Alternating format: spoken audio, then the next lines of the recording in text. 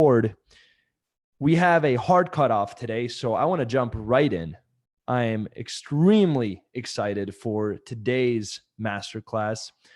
For those of you guys that don't know what we do on Fridays, Fridays is the all hands in call. We all come together as a community to share wins, to share updates, and most importantly, to learn something new. For this week, since we have a lot to cover, I'm going to skip announcements and I'm going to skip sharing wins. And I'm going to skip the student of the week unless Jasmine had someone in mind. But we're just going to jump right in. And for today's masterclass, I have the one and only Kyle Robbins, who is not only an amazing entrepreneur, but also a really kind and good person. And what's really powerful about today's training, well, I guess you could take it away. You have a whole presentation. I love it. Kyle, take it away. Let me just mute myself. I'll chime in throughout, okay? Awesome. And we got to cut off at 2. Is that right? Or in Yeah, so we got to go fast. All right. We'll rock through it. So one last thing, Kyle, one last thing. Guys, before we jump in, everyone give a 1 in the chat. Oh, let's see some 1s in the chat. Let's see some love in the There you chat. go. There you go. And then, guys, throughout the whole presentation, please grab some paper. Please grab some paper, take some notes. Make sure that you're taking notes. All right, that's it. All right, let's rock and roll. Can you guys hear me good? Awesome. So this is what I put together this morning. Joel asked me, he said, hey, can you put together a couple of slides and talk about this? We could have done an interview style, but I feel like this is going to be more valuable for you. So this is 7 steps I use to get 7 clients running ads for just 7 days in a new niche. This works even if you suck at copywriting, haven't gotten a new client in weeks, having trouble closing deals, and even if you don't have a business partner. So I wanted to take a screenshot of my high-level account. Those are the 7 deals. And I actually went out to 2 of the locations in person and already did training with them. We just started this on January 8th. Legal disclaimer here, I am an expert in absolutely nothing and no one should ever take or misconstrue my entertainment presentations as advice. And please understand that I did not even graduate college. I barely know how to cook my own food without getting help from my girlfriend. Nothing that I say on this presentation or ever should be taken as business or advice. I was going to give the opposite disclaimer. I was going to tell everyone that if they don't follow your advice, they would get kicked out of 7FA. No refunds. Right. I'll let you say that one, Joel. Thank you. All right, let's keep going.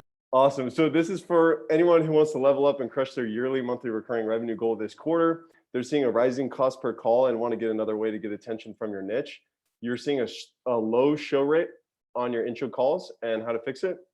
If you haven't started running paid ads seriously, meaning you're spending at least $200 a day on ads, if you're going into a new niche. This is not for lazy people that don't want to do the actual work.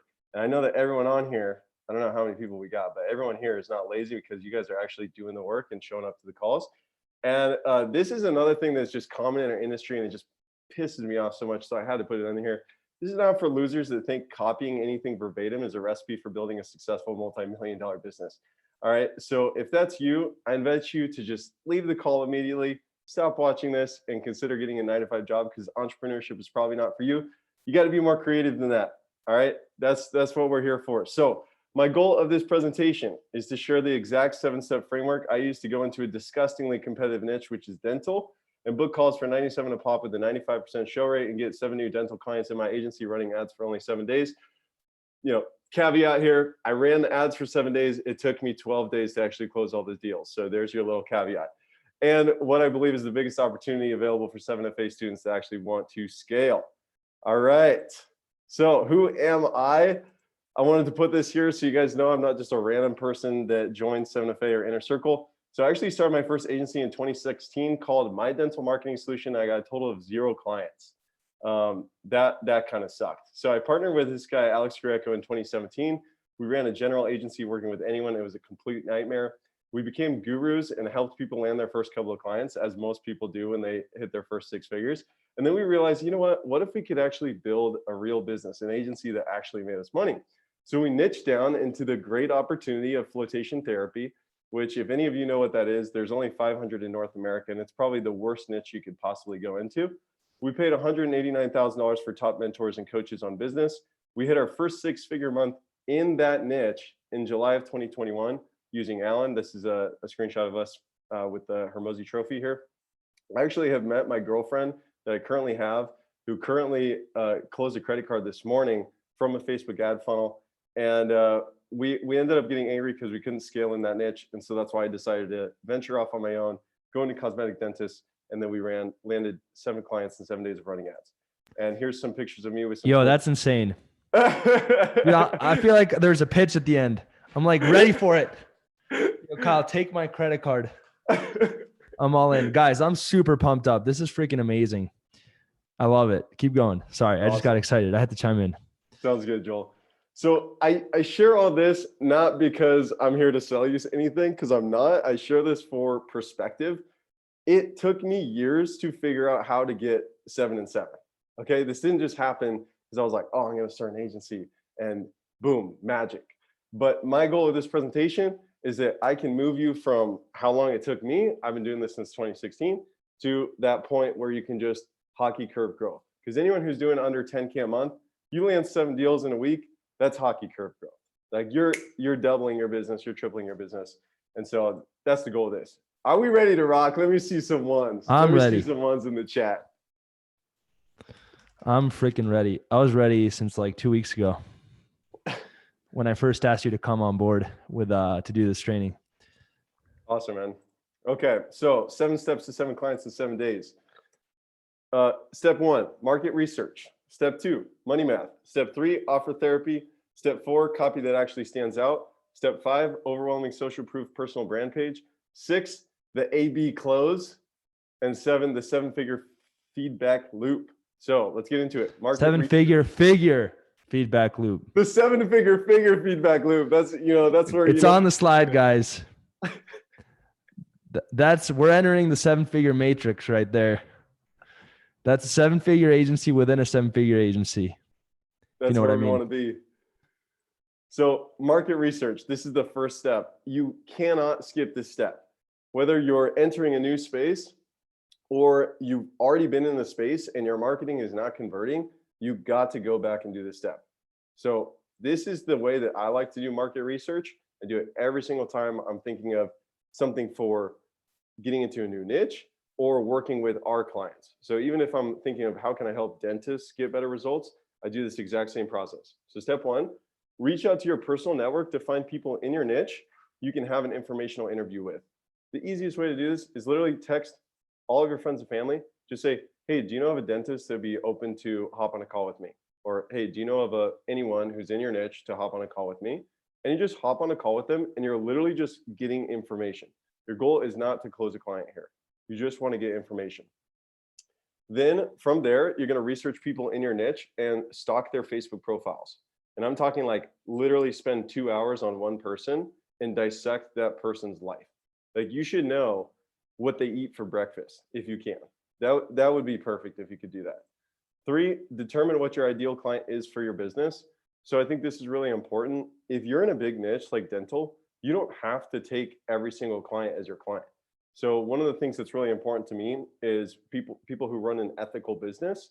And so I don't even want to work with a dentist who over prescribes treatment, who oversells treatment, because I don't think that that's ethical and that's not something that I want to be a part of. So I very clearly outlined that in my ideal client. And this really helps you write copy that just pierces through the noise and gets the attention of the people you actually want in your business. Do this both for men and for women. And like I said, most people skip this step and wonder why their ads and demos don't convert. This is what gives your marketing teeth. This is what allows you to cut through the noise. And I'm going to show you an actual example of the one that we created. So our dream male client is Dr. Kurt Levitt. He's a general dentist who offers Invisalign and cosmetic procedures to his clients as a way to make extra money in his practice. He's 41 years old and he has a wife and kids aged 5 to 18. He drives by himself to the office Monday through Friday and occasionally does work on the weekends. Each morning, he wakes up around 5:30 a.m. to get a workout in at a local CrossFit. He then comes home to enjoy breakfast with the family and stroll into work right around 9 a.m. At the end of the day, he goes home feeling very tired. He eats dinner with the family and takes a quick nap on the couch. He takes some time to put his youngest kids to bed and then hangs out with his wife and watches a couple episodes of Netflix before bed. He lives in $1 million home, drives a brand new truck, and owns a boat. He is a Mormon, as a lot of dentists are. He's concerned about paying off his student loans, his home, and wants to be able to support his children all the way through college. All right, so you can see how Yo, this is detailed this so is. good. I just want to give you props before we keep going. This is really, really, really good. Thank you. So there's two ways you can do this. You can get this either from their Facebook page, and that will be 80% good, or you can get it from an informational interview. And you can literally say, hey, this might be kind of weird, but could you tell me exactly what you do on a daily basis and how the weekdays look different from the weekends? And this is how you can mine information. Okay, next step here, money math. If you do the money math, you will have some gonads with your ad spend. So I learned this from Hermosi. Apparently men and women have gonads. So it is the appropriate thing that works for all parties. We can use that instead of balls. Everyone's got gonads, all right? So you need to know your numbers. No comment. Otherwise, you're not going to feel. Just keep going. You need to know your numbers unless. It's Friday, guys. We got to have some fun. This is freaking amazing. If you're loving this training so far, can you drop some ones for Kyle? This is not only super insightful, but also I'm having a lot of fun. It is Friday, hanging out. Keep going. Awesome, awesome. So if you know your numbers ahead of time, you're going to feel a lot less emotional, and you're going to feel like, okay, I can do this. Because if your first 5 calls, you're 0 for 5, you might start feeling, I don't know if I want to keep spending money on ads. And I'll tell you this, all of you, it doesn't matter how much money you have in the bank account, whether it's $0 or $10,000 or whether you're using a credit card. Even for me, and I've been doing this for a long time, I was nervous to start spending $200 a day. But when you do the math ahead of time, you realize that it's actually ridiculous to think in an emotional way about this. So I created this money math spreadsheet where you can literally just punch in what your estimated numbers are, and then you update it as you're actually getting results back from Facebook. So if you're doing ad to lead to schedule, you can use this site over here. If you're just doing ad to schedule, you can use this site over here.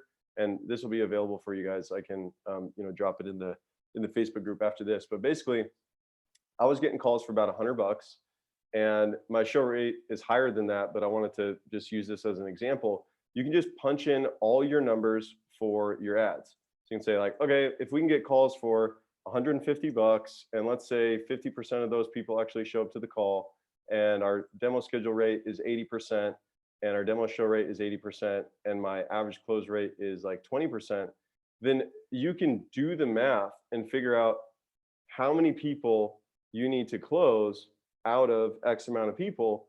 And then that way you feel a lot more confident. So for me, when I was doing this, it was $100 and 95%.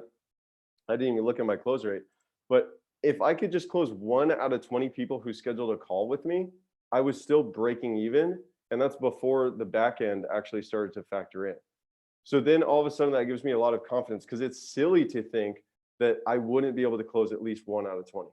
Like if you're going to talk to 20 people on the phone and you're not going to consistently close at least 1 out of those, 5% of them, then there's a big problem in your demo or on your intro call. But doing this ahead of time, I think is really, really valuable, whether you're working with a small business owner and you're actually setting up a campaign, you want to see if it's successful, or if you're doing it for yourself. You just need to know that, all right, if I can spend $2,000 and I get 20 calls, I only need to close 1 out of those and I'm still making money. And it starts putting it in the mindset of, it would be ridiculous to think that this isn't going to work versus I'm afraid that I'm spending $200 a day on ads. That's the money math sheet. Okay, next step here, offer therapy. So if your offer sounds like everyone else's, then you're going to have a hard time closing deals. At least I've found it this way. Commodity businesses suck, right? So if you're selling rice and you're trying to compare your rice to somebody else's rice, that's going to be really, really hard. But if you come out of left field and you show up with this, special grain of rice that comes from this small Indian village that has healing powers that no one has ever heard of, now you can charge $100 a pound for that rice, right? Because it's not a commodity anymore. So you want to think of, even though you're selling lead gen, how can you make that lead gen not a commodity? And the key is not to think of how much extra work you can add.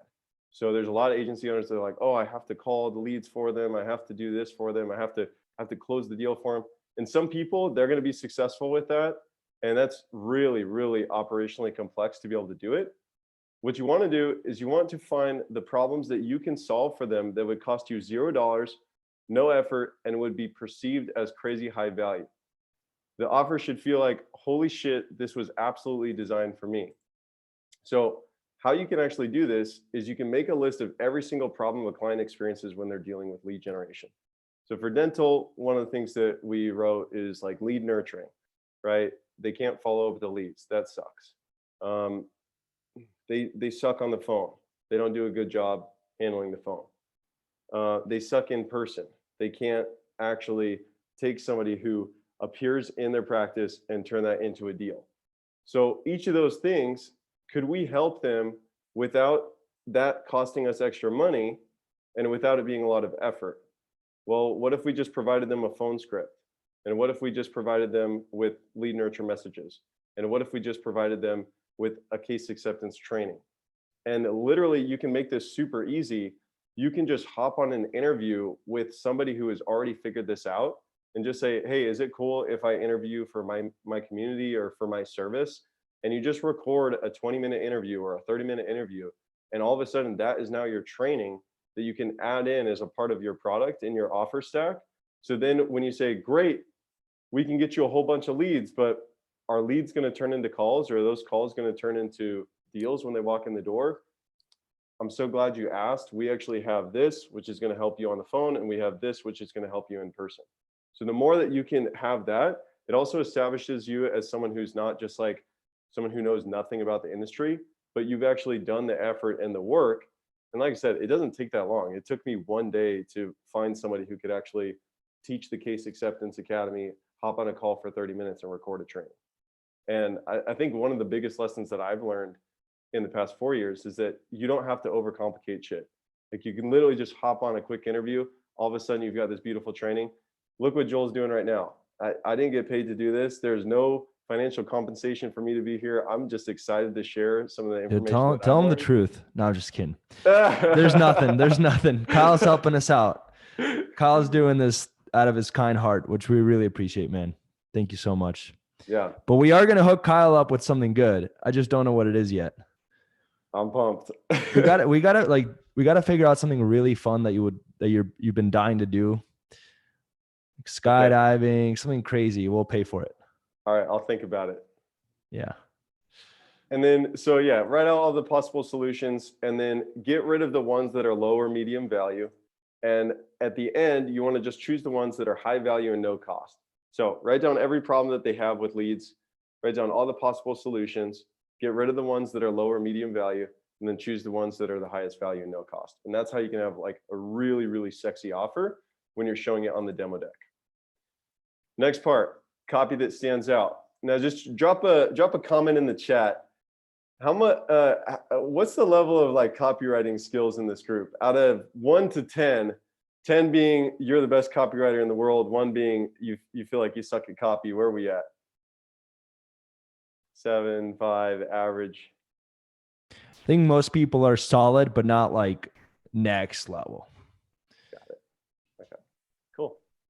Sweet. So yeah, we're gonna talk about some simple fundamentals. You could do weeks of copy training, but we're going to talk about the fundamentals that I think work really, really good for B2B. So first step, after you've done the market research, and you cannot skip the market research, look at what everyone else in your market is doing. And this is not so that you can funnel hack them or copy them. This is so that you can understand what is actually going on so that you know what your niche is seeing on their feed. Because this is going to help you enter the conversation that's already happening in their mind. You want to do the complete opposite. So how can you have an offer where everyone else is saying one thing and then you are doing a complete U-turn, so that way you completely stand out in the newsfeed on Facebook or YouTube or wherever you're advertising? You want to have an offer where you can say something that nobody else can. So for my niche, my example is that everyone is offering a guarantee on their ads. And if I just offered a guarantee on my ads, it would sound like everybody else. Okay. And I'm not saying you can't get results with this. And if you're already doing this, that's fantastic. If you're already booking calls, great. You can probably cut your call cost in half or maybe even by a third, doing something different than the rest of the market, because they're literally seeing banner blindness of just guaranteed 20 people in the door, guaranteed 60 leads, guaranteed whatever. Okay. You want to do something that stands out on the newsfeed. And you do that by having a unique mechanism that is different than everyone else. So the unique mechanism that I chose was I would run their ads for free until they got 30 new patient opportunities. And I'd say, Kyle, you really doing free trials here, bro? And I'm going to show you how you can turn a free ad into a $2,000, $3,000 close. Damn, that's powerful. I can't believe you're giving it away. I mean, look, I was talking Guys, to Isaac. If Kyle ever reaches out for help, you better help him out, because he's literally giving us all his secrets. And this is next level training. I don't think you realize it. He's going over offers. He's going over numbers. He's going over copywriting, how to create a unique mechanism, how to stand out. Because at this point, guys, like we've talked about in the past, you have to take the frameworks that I teach and innovate on them. And if you just copy and paste the ads from the course, you're going to get copy and paste level results. Whereas if you take the frameworks and innovate, you're going to immediately stand out and surpass everyone else. And I think you took the idea of running ads, you took the framework of leading with an offer that's irresistible. You took all those frameworks, but you made it sound completely different. Instead of talking about guarantees, you did an entirely different hook. So guys, the principles, the framework stay the same. Kyle's running ads to get clients. Kyle is getting in front of dentists using maybe custom audiences, right? And uploading lists to Facebook to run ads to. You're following the same frameworks. You're doing an irresistible offer, but it sounds totally different than the 20 patients guaranteed in 60 days. Yep. And ultimately, it's the same offer on the demo. I'm just using a different mechanism to get them excited. And the cool thing about using free offers in your advertising, this is true of B2C and B2B, your show rates are going to be incredible. If you're advertising free offers, this is something I learned from Hermosi. If you do a free offer compared to a paid offer, you will get 4 times the throughput. Just using the word free in your advertising, it's like one of the most powerful words in marketing. One of the most powerful words. So here's actually a screenshot of one of my copies, and you can check it out. Like I said, you could copy paste this if you really wanted to. That's not a good recipe for success. You want to write something that is actually relevant for you. So I'm going to guys, this is just to put it into perspective. This worked in the dental niche, and Kyle was starting from scratch. Yeah. So just to really drive the point home, whenever anyone's like, oh, it's my niche, that's the problem. Oh, this niche is saturated.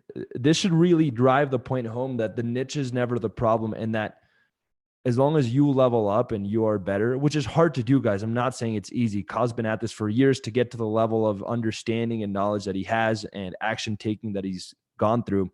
So I'm not saying it's easy, and I'm definitely not saying it's going to happen overnight, but the way to win is going to be by going into whatever niche you decide and just leveling up and taking the frameworks and actually, when I say innovate on them, I mean making them better, right? So anyways, keep going. Cool. Yeah, so let's break this down. So there's a headline to get attention. If we go back here, you can see my headline uses the word free. Hey, dentist will run your ads free. They're still going to have to pay for the ad spend if they do the free trial option, which I'm going to show you these options, which they're not going to take the free trial option because we're going to make it look unenticing. But you can literally say, we'll run your ads free. So that's the headline. Get attention. That's your only goal. Get them to stop scrolling. And then if you're using an image, what I really like, I prefer this versus like a stock image. And you can do this. Again, Joel and Sergio, they've proven this out. You can definitely do that. That's not a problem, and it's going to get great results. There's other ways that you can improve and innovate, right? And if you have the ability to use a picture of yourself speaking on stage or speaking anywhere or looking cool, hanging out on your laptop or at a mastermind event. You can use images. Those tend to work really, really well because when you're first starting out, you're going to be the person hopping on the phone anyways. So it actually creates this really nice congruency where they see you on the scheduling page, and then they see you on the phone call and on the demo. If it's a video, just say what you're saying in the ad. You don't have to overcomplicate this. Literally just say what you're saying in the ad. Don't overcomplicate it. I just pulled out my camera and just recorded a couple of selfie videos, and that worked just fine. At the top of the copy, call out your client niche. So niche, whatever. Dentists, that's it. Keep it simple. The next part, state your angle and enter the conversation already happening in their mind. I'll be any marketing company you've ever worked with and prove it to you for free of charge. You've never heard of me, and that's why I'm offering such a crazy offer. All right, so they have never heard of me, and this is a very compelling offer. Next part, if you can tell a story, why are we doing this?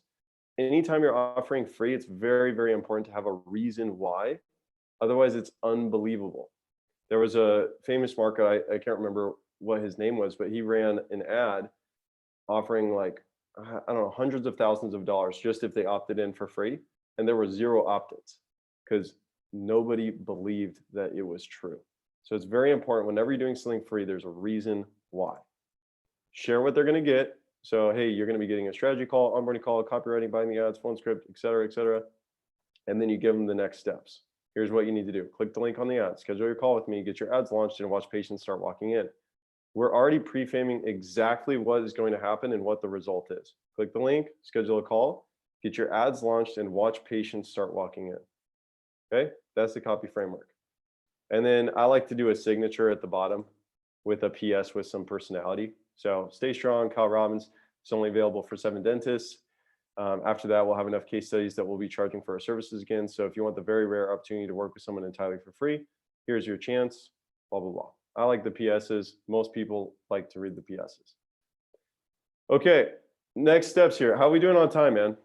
Let's see, it's 1:30. Good. We got some quick questions. Let's rapid fire them. Yeah. Try to answer them in 30 seconds or less. How many of your shows were dead broke? None of them. One guy, and I actually still closed him.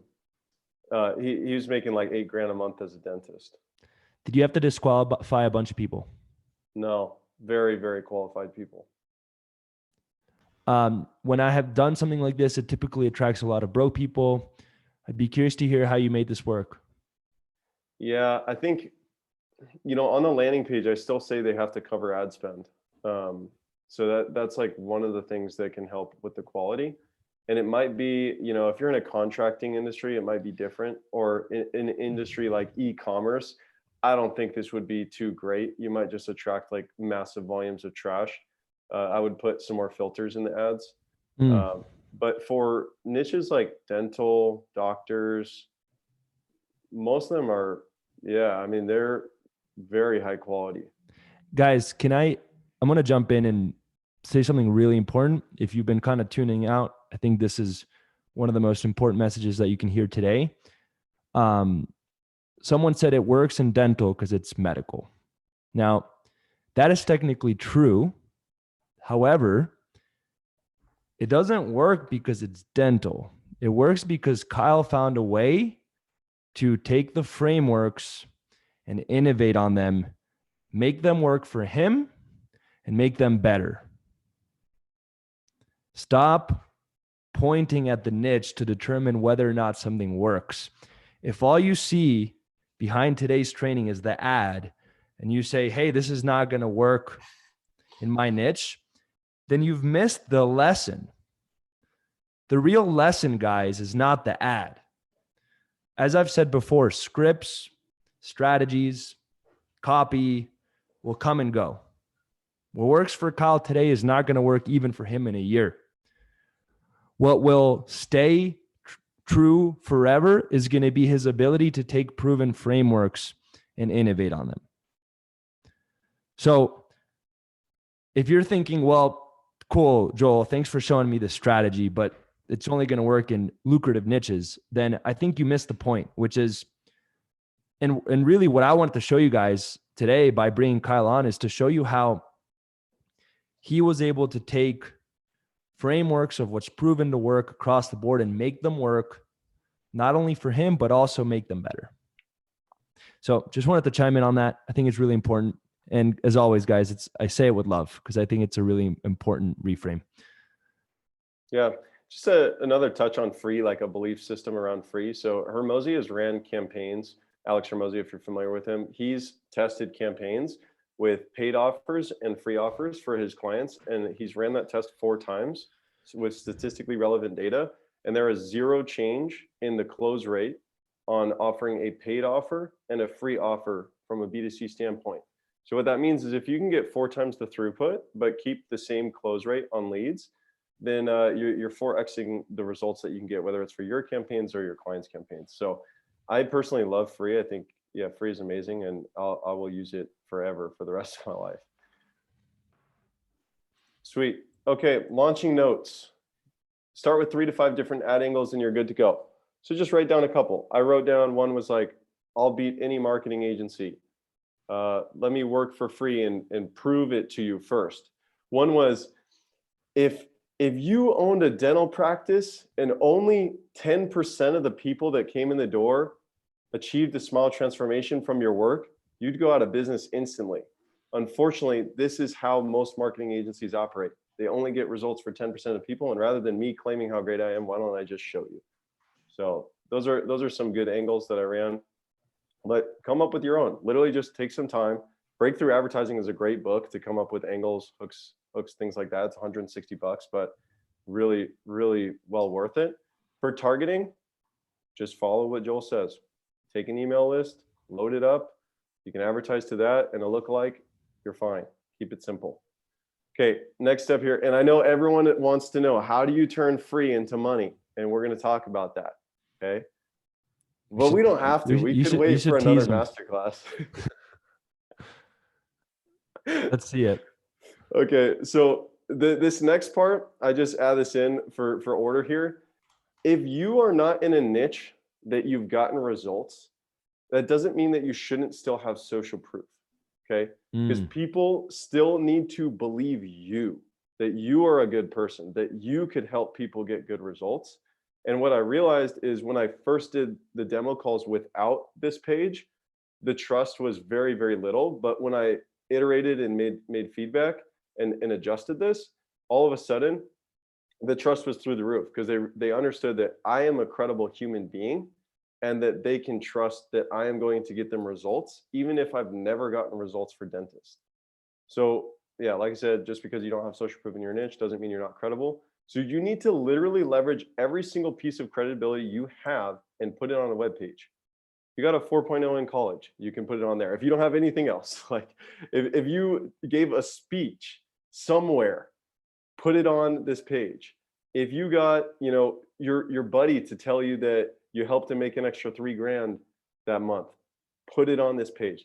Anything that you have that says Kyle Robbins is credible, Joel Kaplan is credible, insert name here is credible, stick it on this page.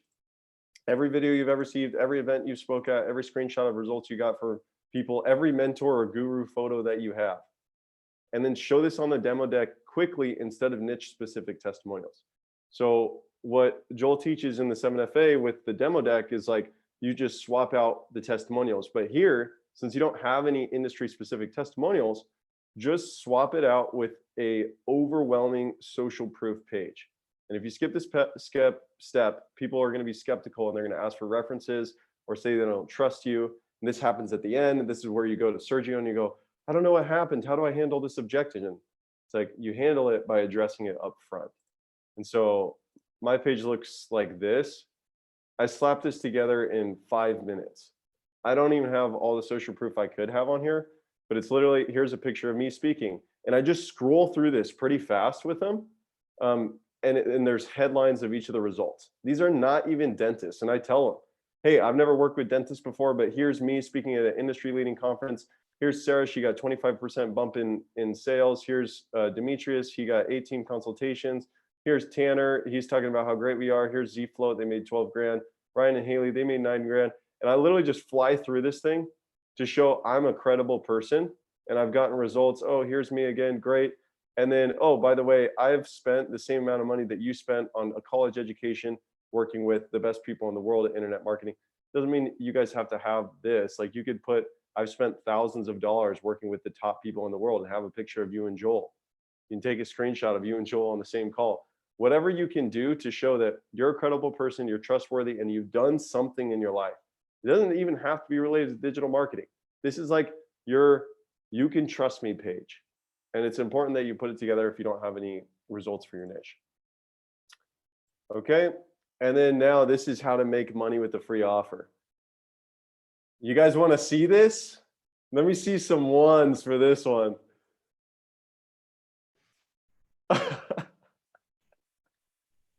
It's fun to see the ones. It's some awesome, people, some people cheat though, and then they just keep doing it for themselves. We got 120 people on this call. That's awesome, man. Yeah.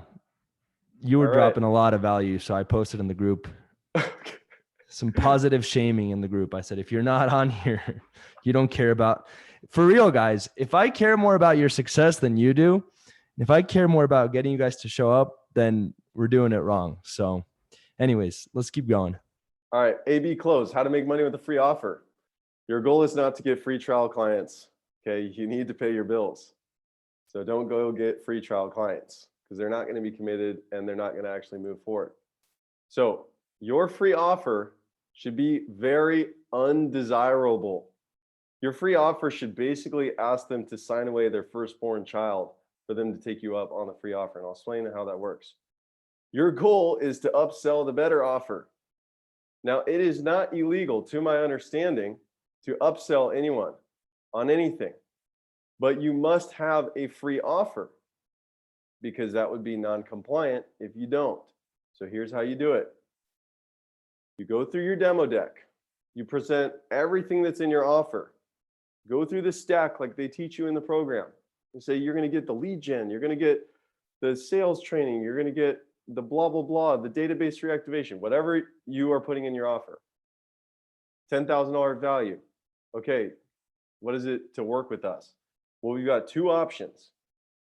We have a free option and we have a guaranteed option. So option A, we can run your ads for free until you get 30 leads. Just cover the ad spend at $33 a day. But once we hit that, you have to agree to a setup and training fee of $6,000 and $2,500 a month to continue. Pause. Do not continue. Ask them this question. Do you have any questions about option A? And they're going to ask you. They're going to seriously consider option A as an option. This is going to do a couple of great things for you. First of all, it's going to admit that they don't really care about leads.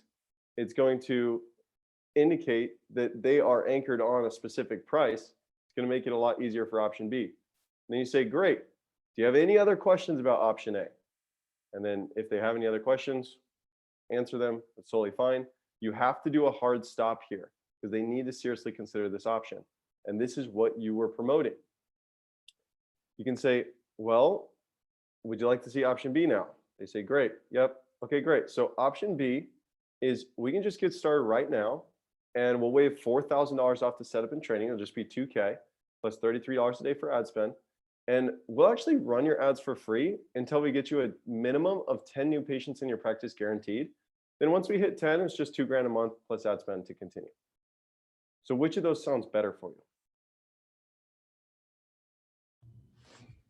Damn. Maybe some of you guys should copy and paste this one. This one is really good. This one is really, really, really, really, really good. That is such a good offer. Because it's just the setup. So then they're not even thinking it's a retainer. Yeah, and here's the crazy thing. You're gonna get 10 new patients. Yeah, and the crazy thing about option B, guys, is when you're thinking about your 30-day cash. Let's say you get 10 new Kyle, patients. We're ready to buy, all of us. Who's ready to buy? Colin, are you ready? Yeah, I don't have a dentist practice, but can I buy it right now, please? Jared is in. This is really good, man. I got to give you massive props. Hey, thank you. So option B, the extra benefit, the hidden benefit of option B is that if you are actually really good at fulfillment and you get them 10 patients in 10 days, guess what just happened to your second monthly billing? It just got moved to 10 days after launch, which means you get to collect 2 times in that first 30-day period, right? Because we're saying we're going to bill them after we get 10 new patients in their practice. 2K down. Once we get 10 people in the door, it's just $2,000 a month plus ad spend. It's pretty savage. And you led with a free offer, so you got a lot of booked appointments. Yeah. And so what you do on the intro call is to make Dude, this you crack. easy. This is really, really powerful, guys. I don't think you understand. This is like me and Omir's demo on steroids. Literally on Yeah, crack. this is good for dental. Amazing. For every niche, Great here, guys. Carl. Don't again. It's Not not even, about the. yeah, not even for dental. Yeah, for every niche. Yeah, in fairness. All right, yo, Kyle. I'm gonna like fly you out to Denver or something because you just gave away some next level secrets.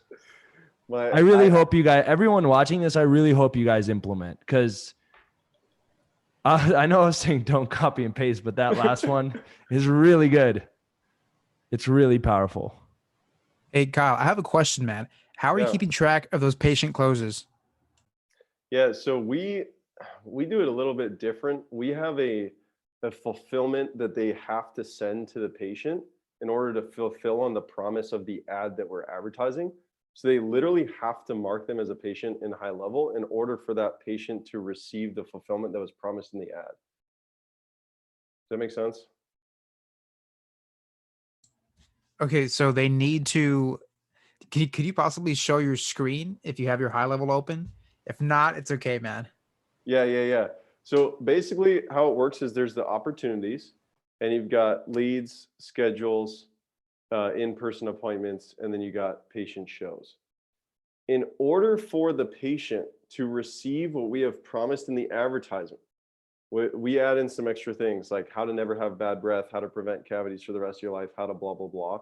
Put together like literally an online dental education course.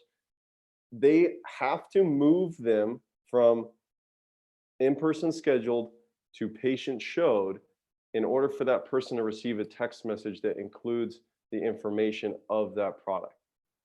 So they have to mark it, otherwise they are not complying with the advertising and they're actually illegally operating their business because they're advertising something and they're not fulfilling on it. And then from there, we just zap those into a sheet and that way we know exactly how many patients have walked in. But I actually like this. With the 10 new patients, it's better because you don't want this to be like your monthly guarantee. But if you do it in the very beginning, it's great because you're making sure that person has an incredible onboarding experience in the first like 2 to 6 weeks. And then after that, it's just like $2,000 a month. There's no guarantees or anything. But just in that first 2 to 6 weeks, you're paying a lot of attention to them, making sure that, okay, are they getting patients? Are they actually getting people in the door? Oh, they hit 10, build a card, keep going. Yo, Kyle, how many steps do we have left? Dude, we have 1 step left, man. So we're chilling. We're gonna be done in 12 minutes. Oh, hell yeah. Dude, this was so good. All right. Awesome. Keep going. Okay, 7-figure feedback loop. This is something that I learned from all of the top entrepreneurs that I paid for. I initially learned it from Sam Ovens. So this is how it works. You have a hypothesis. Okay, let me try a free trial ad. You take massive action. You can't spend $10 a day on ads, okay? Spend money on ads to the point where it makes you feel uncomfortable about it. Give feedback and give feedback from the market. Yo, Kyle, say that 2 more times. You have to feel uncomfortable about the spend that you are putting into your advertising or you are not spending enough. You have to feel uncomfortable about how much you're spending on ads or you are not spending enough money on ads. And it's interesting because we tell this to the clients all the time, right? Yeah. Oh, for sure. It's totally Like, different when it's your own money. It's like, yeah, it's like we're telling the clients $60 a day, right? Yeah. And we're not even willing to match that. So yeah. anyways. So take massive action, get feedback. Get feedback from two places. Place number one is the actual market, what you're hearing on these calls. And then place number two is your 7-figure agency community. Okay, so during this process, every day I was hopping on a call with either the same person or a different person to be like, yo, how can I word this demo a little bit better?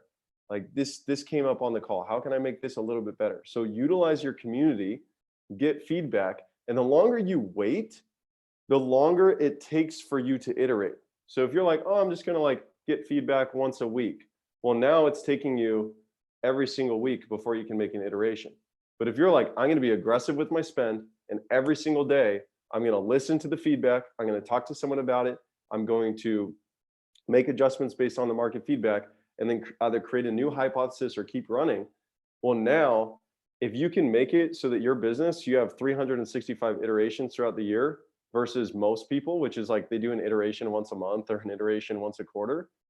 Now you have a business that is so much more advanced by the end. And this is a fundamental thing, right? It's not like a little tactic, it's an actual strategy. And so my point on this slide is that the faster you can go through this iteration loop, the faster you crack the code.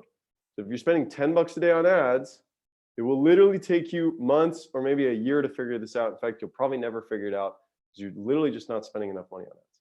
So you spend $200 to $500 a day on ads, you're going to figure this out within days or weeks. Like it will happen within a couple of weeks, you will get it figured out. But if you're spending $20, $30, it's just going to take you forever. I am literally pulling out a credit card to put money on advertising in the next like 30 days because I want to be even more aggressive about it. And that makes me feel very uncomfortable, but I know the numbers, I know the math, and I want to accelerate my success. I feel more comfortable about it. I don't want to wait until the end of the year before we can start doing 150K, 200K in this niche. I want to do it like in the next quarter. And the only way I can do that is if I aggressively spend more money. And so my recommendation here is, if you want to get 7 clients in 7 days, you have to implement a 7-figure feedback loop, which means be aggressive with your action, get feedback, iterate, make a new hypothesis, and then just repeat that.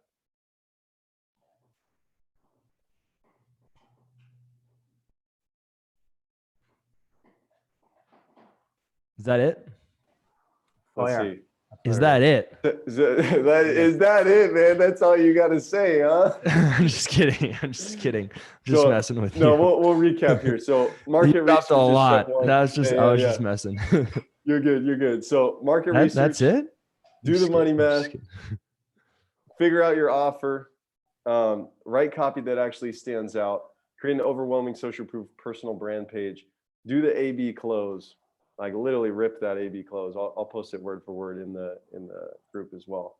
And then the 7-figure feedback loop. If you implement each of those things, you'll be like, I don't know who was on the call at the beginning, but they said that they got 7 clients last week and they broke their business. You're going to be like that guy because he took massive action. You don't close 7 clients in 7 days without taking massive action. Is that pretty exciting? Did you guys have fun on this? Did you guys learn anything? Insane. Guys, I want to do something we normally don't do. I want you to unmute yourself and let's give Kyle an actual round of applause that he can hear. Oh, good man. How can I give you money? Amazing. Fucking go! Unbelievable. It's awesome. Unbelievable. It is exciting. Yo, guys, I want to hear, we got 7 minutes. Thanks so much.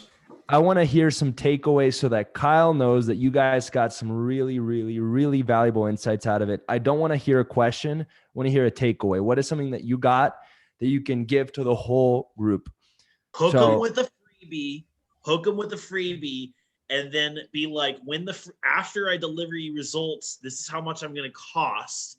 But if you sign up today, I'm going to charge you way the fuck less and still give you the freebie with results guaranteed, or until I deliver you results.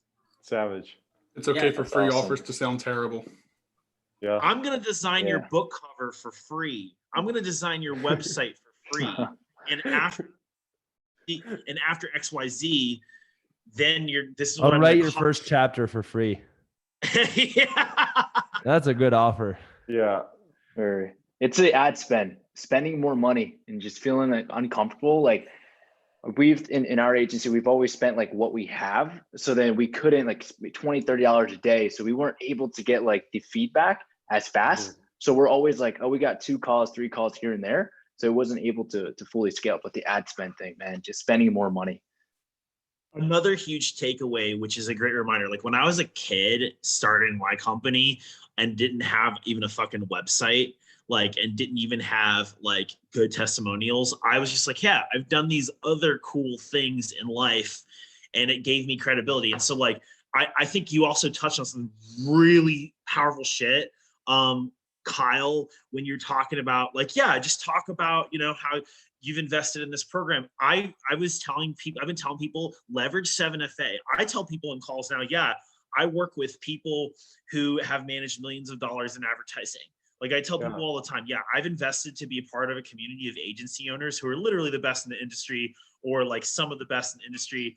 And so like I could literally, I have people on speed dial who, if I'm not performing for you, they'll help me perform, you know, for your marketing. Jeremy, I do the exact same thing now too. It's made such a big difference because one of my clients was like, this is a lot to handle. Are you sure you can handle it? I'm like, oh, I have A players like in my right hand.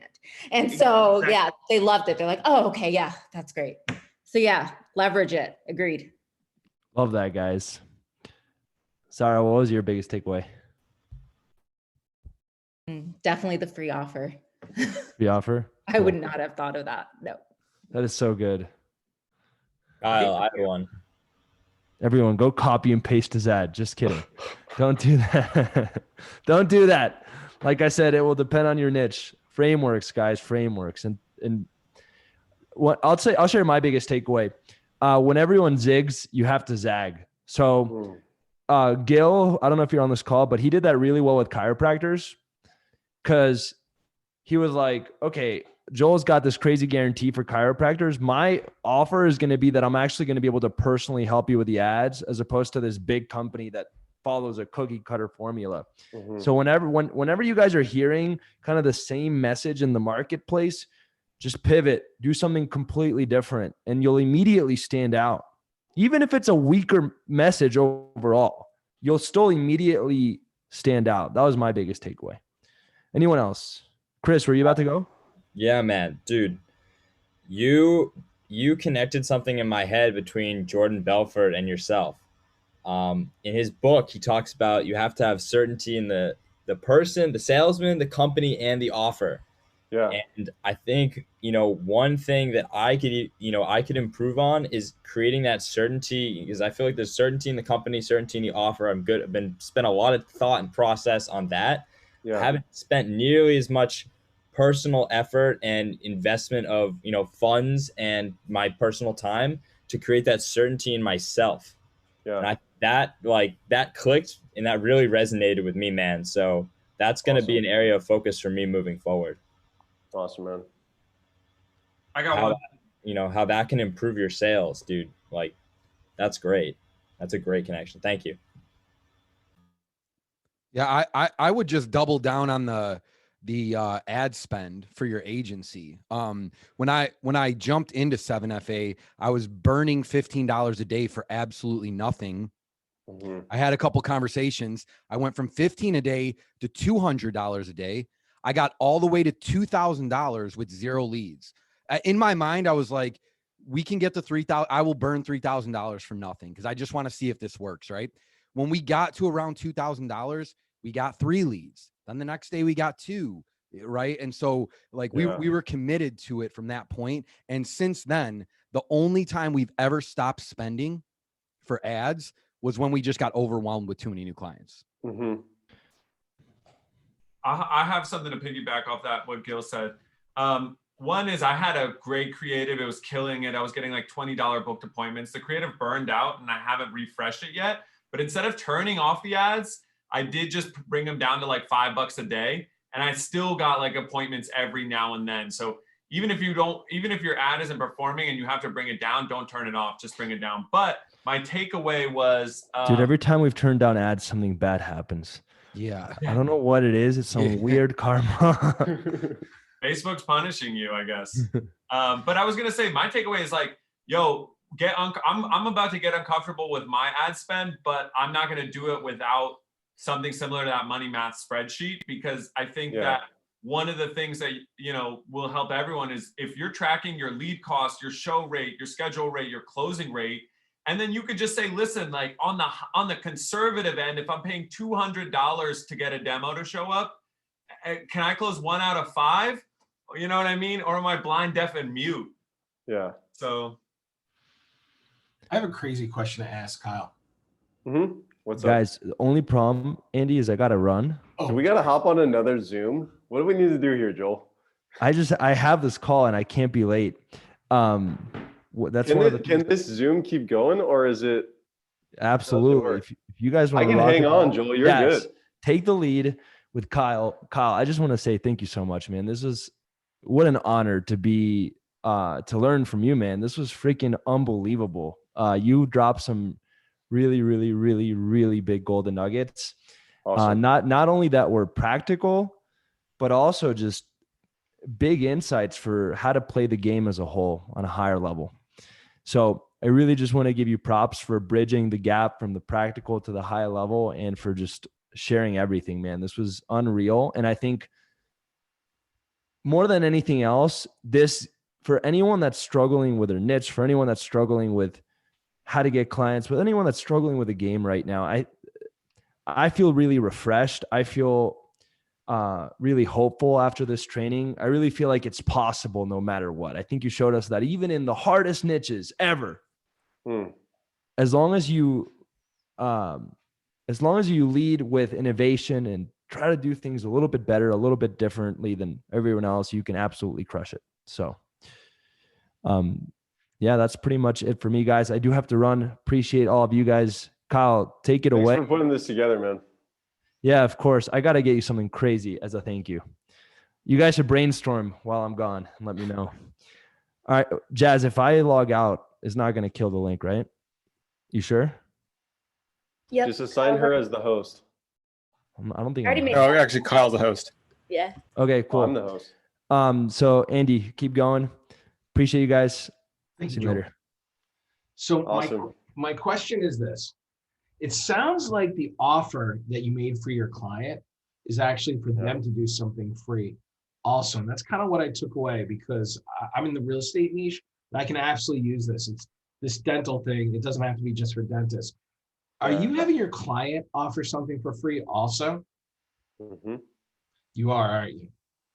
And that's getting them the results, which is getting you the results. I mean, dude, we had I just got off the phone with the dentist, and they've got someone who's ready to move forward with the $40,000 treatment who came in on a free Smile Transformation Challenge offer. And I can talk a little bit about free offers. Basically, with free, this is something that if you buy Gym Launch Secrets, their book, buy Alex Hormozi's Gym Launch Secrets book. And he talks about free advertising. And this is like how he scaled Gym Launch to 30 million plus. And it was free offers, really is the key. Like he did a free 6-week challenge, and then you came in and all of a sudden you had to pay a $600 deposit. And yeah, I guess Hormozi's dropping an offer book too. Definitely pick that up, but it's called Gym Launch Secrets. I'll give you a couple other examples. So in the float business, the average lifetime value of a client for our clients was $250 lifetime value. Horrible. And so we needed a way for their lifetime value to be a lot higher. So what we did is we created a free 6-week stress release program, which was just an online course where we interviewed a couple people on how to release stress. We could advertise that in our advertising. And then when they come in, it's like, yeah, you can take the free thing, but if you miss an appointment with us, or if you miss a float, then you're going to get penalized $50 or $100 for a no-show fee. And that's not really going to solve your problem. So what you really want is the stress release guaranteed program, right? So the AB offer, you can use this. It doesn't matter if it's B2B or B2C. Ultimately, free, as long as your offer attracts the individual that would be taking you up on that, it doesn't matter if you use the word free or not. I'm sure that everyone on this call has advertised paid offers where people have gotten on the phone and thought it was free anyways. So if people are going to think it's free anyways, you might as well use the benefit of free in your advertising. Gym Launch Secrets. Yeah, that's the book name. That's great. Thank you. Yeah. So I'll hang out here. I know you guys, there's like 93 people on the call. If you guys have any other questions, I'm pretty much open until 4, so we can just keep going hard on this. Can I ask a quick question regarding the follow-up and how to get the patients on the door? Like, how are you guaranteeing that? So they have to take phone calls. So basically we have an ad that goes to a phone call. We give them a script. They call them at the scheduled time. And then from there, they book them in for an in-person appointment. Okay, so you're doing a funnel. You're not doing lead ads. You're having them book an appointment with the clinic to then book that first visit to the clinic. Yeah, in my opinion, I think the lead ads are complete garbage and they should never, ever, ever, ever be used. But that's just my opinion based off of running a performance agency, where if you want to get quality, you want someone who's actually going to click on a page, let it load for a second, and opt into whatever your offer is. That's how you're, like, if you're struggling with getting people to show up, it could be because of lead ads. Got it. But then there's a lot of responsibility that it's on like your client's team to actually book those appointments. What if they just suck? What do you do then? Or put like super strict guidelines that they need to follow, and if not, the guarantee doesn't apply. So, I mean, this is going to depend on how you want to structure the offer. How we do it, just because we have a bit more experience, like with the whole system, we actually do a one-on-one call with them each week to improve their results over the phone. So we do a phone training with them. We give them a script, we record the calls, and we review it on a weekly basis. We don't actually do the calls for them, but the script is so easy that it doesn't matter who you are. Like, you're going to get the card 8 out of 10 times. And then from there, it's not that big of a deal, because still we're making the 2K up front, and you can always increase that. It could be 4K, it could be 5K. You're making that up front, and then you're going to have some clients who are going to hit the 10 in like a week or 2 weeks. And then you're going to have other clients that might hit the 10 in 6 weeks. And then you just get paid 6 weeks from now instead of 30 days from now. And the cool thing is, like, you actually earned that next payment.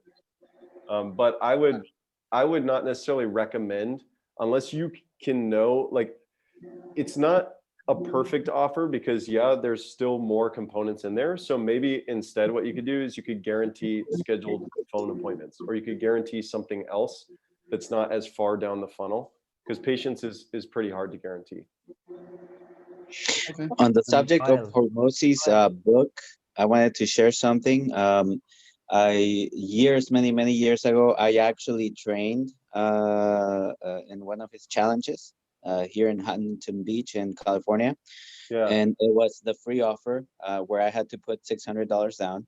And the challenge was that if I lost 20 pounds, I would get my money back. If I didn't lose 20 pounds, then, they would keep my $600. And I worked my butt off, and I actually lost 22 pounds, I believe. So at the end of the challenge, what the upsell was is like, okay, you can get your money back right now that you lost the 22 pounds, or if you go into our muscle building program, you could apply it towards that, and it's usually this much, where we'll give you a discount and just apply your $600. And I actually upsold to that. When I went in, I just said, I'm gonna lose my 20 pounds for free and get my money back. But then they upsold me. It was a great program. So it's that guy's a genius, the way that he would make his offers. Mm-hmm. Yeah, free is awesome. Hey Kyle, I have a question. I noticed you kind of turned for dental. You kind of did this whole like challenge thing. That you did like 5-day smile transformation challenge. How did you go about like crafting that and making that effective? Because like I'm in contracting, and I'm wondering if I could do something similar, something a little bit more innovative than just that straight up like lead ad or whatever. Mm-hmm. Yeah, I think the easiest way to do it is following the same framework for writing good copy and coming up with a good offer. So the first step is list out every single problem that your client is helping their client solve. Every single problem. Like, sometimes even ridiculous. So for dental, I wrote down, well, they could help them look beautiful on camera, even if their smile is ugly. They could help them, not have bad breath. They could help them never get cavities. They could help them blah, blah, blah, blah, blah. And you literally want to spend 2 hours yourself and write down every single problem that your clients is solving for their client's client. And then from there, you hop on the phone with your client and say, hey, what other problems are you solving or you could solve? So let's say it was like air conditioning. Well, maybe you could solve a problem of they need better filtering in their house and that person needs to breathe better. Or like, what is the main reason that we need to swap out the AC? Is it because it's like low quality air? Well, maybe we could teach them a new breathing technique where they don't have to worry about the quality of the air because it filters better through your mouth. Like, this is kind of a stretch, but literally every single problem that you can think of. And then you do that on the left-hand side. And then on the right-hand side, you write down every possible solution. So it's like, well, we could have an ebook for that. We could have a one-on-one coaching video. We could have a one-on-one call. We could have this super low cost but high value thing. And then now, like we actually do have teeth whitening included in our offer, but it's a teeth whitening kit. It's $30 and they still have to pay for a new patient exam and x-ray fee. So we still have something physical in there, but ultimately you just want to have everything that is ultra high value and very little, either zero or no cost at all. And then you stack it together and now all of a sudden you've got like this $800 offer. You have to be creative. Like, it will take time to figure it out, but once you figure it out, now you're going to have a new opportunity that when you're hopping on calls with contractors, you say like, hey, everyone else is just doing this with lead ads. We actually have a unique offer that gets a massive volume of leads because we believe that throughput is your biggest problem. It's not your close rate. Because a lot of people with small business owners, they're just not getting enough throughput to close the leads. The closing rate is not the issue. They need more throughput of people that they can talk to. And I'd rather talk to 100 people who think it's free than 10 people who think it's paid. Totally. And I got one more question to piggyback off that. I mean, I could tell you have some pretty good inspiration and some mentors. So between like books or, just people you follow, when it came to like writing copy or general marketing, what has been some of your kind of most transformative education? I'd say like books that I really like. I like everything from Gary Halpert, Dan Kennedy, and Breakthrough Advertising, just like as a single book. That's an incredible book on copy. I like Dan Kennedy a lot. I got advice from Hermosi to just like read all of his books, and the amount of people that will go on Amazon and purchase all 36 plus of Dan Kennedy's books and literally read all of them is very little. But if you do that, you're going to learn a lot. So that was something that I did last year that really helped me out a lot. And Dan Kennedy he's just a great guy. He's someone that he never grew like a huge company, and that's not really my dream either. My dream is to have, financial freedom, but also have protection over my time. And I only want to work with the right people. And that's kind of Dan Kennedy's style of doing business. Is he literally, if a client complains about something and he doesn't like the client, he'll refund the client instantly and just say like, hey, no worries, like here's all your money back, without the client even asking for a refund, just because the client was being a pain in the ass. And like, that's the entrepreneur that I aspire to be, because I don't ever want to keep someone's money that is a pain in the ass, Totally. Breakthrough Advertising is by Eugene Schwartz. If you look it up, there's some guy, I think Bond Halpert right now, like owns the rights to that, which is Gary Halpert's son. I believe he's selling that on his I think website. someone's selling it on Facebook right now, and it's like legit. Yeah. I had a quick question. For setting up so from the actual funnel to the intro call to the demo, like, or is it the demo and the intro call in one? No, so it's just a quick 15-minute intro call. Literally, it's add to a landing page that just says, like, it literally has the calendar on it. Just says, we're going to run your ads for free. Watch as patients magically show up in your practice, and then there's a calendar. Okay. They book a 15-minute call. You do the quick intro. And at the very beginning of the intro, you say, hey, how's it going? Great. Okay, great. Well, let me tell you how this call is going to work. So I want to ask you a couple questions to see if you're a good fit. And if it sounds like we can help you, we'll hop on a demo call, which would be customized for your business. And at the end of the call, there's going to be 2 options to work with us. One's free, one's guaranteed. Sound fair enough? Sounds fair. Then you do the intro call. And then at the end, they're expecting the demo call is next. They're expecting that there's going to be 2 offers. And then at the end, you're already pre-framed that, hey, there's a free option and there's a guaranteed option. Sure. And when you're presenting the free, someone asked on here in the Zoom chat, they said, well, how many people take the free? Should be nobody. Okay, if you're doing this correctly, it should be nobody, because when you're talking to them, you kind of want to disqualify leads. It's like, yeah, you've worked with leads before, right? Like, you don't really want leads, do you? Like, you don't want leads, do you? You want patience, right? Like, do you want our free leads quick start? Like, you kind of are interested in trying something out, or do you want our patience guaranteed proven cosmetic patients on demand system, right? You want a free leads quick start? Like, just want to test it out. It's kind of for dentists who don't really know how they should run their business. They just want to try something out. They kind of like free stuff. Or do you want the patient's guaranteed system, right? No person in their right mind will identify with like, yeah, I want the free, like, give me the free. Because you're talking about it like it's a disgusting, smelly person in the room that nobody wants to be a part of. Right. They can take it. And if they do, if they're like, hey, I really want to do the free, then I would try and disqualify them further. But if they're like, no, please, give me it. It's like, we don't even call this option A. It's actually option 0, because literally nobody takes it. Oh, nice. Okay, cool. That makes, yeah, I've noticed people don't like taking things for free, for sure. I which is an interesting concept. Or they like it, but they don't want to. It's like associated maybe with cheap in a sense sometimes.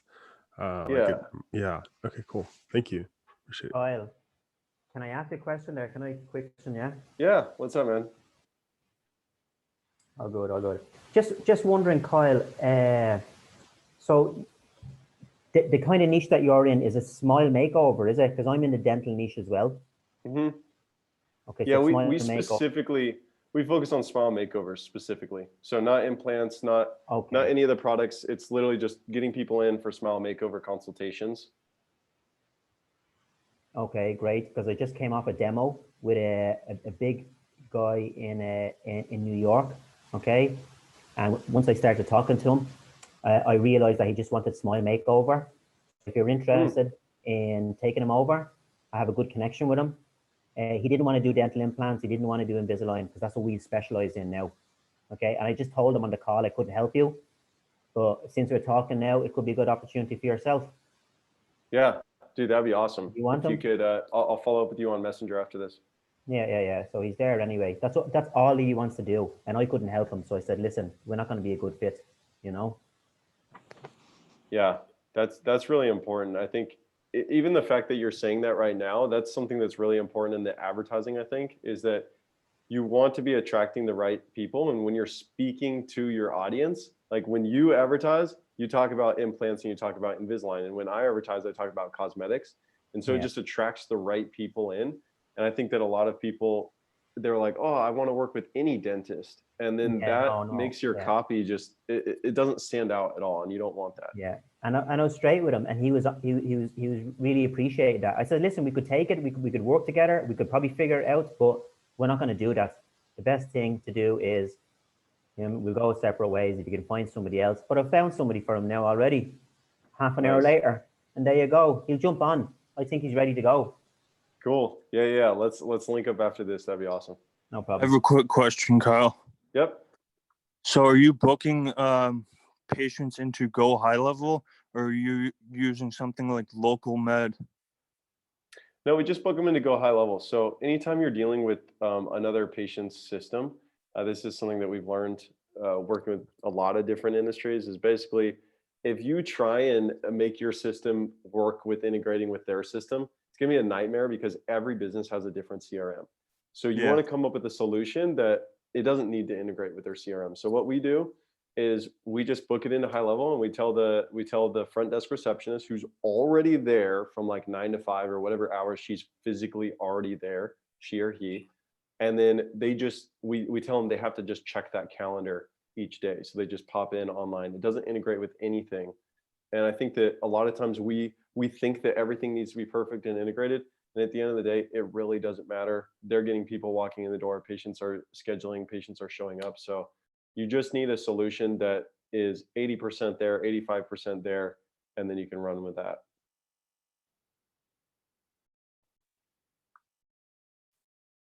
Cool.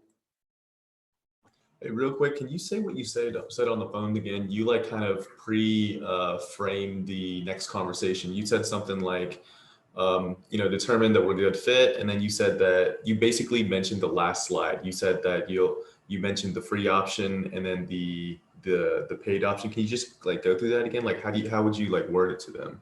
Mm-hmm. Yeah, if you want, you can just on your computer, if you have QuickTime or something, if you want to do a quick audio recording. I know we're going to get this on recording too, but that way I can say it and you can just re-listen to it. They haven't like recorded for a few times, so I'm like, yeah, I'm going to record this real quick. All right.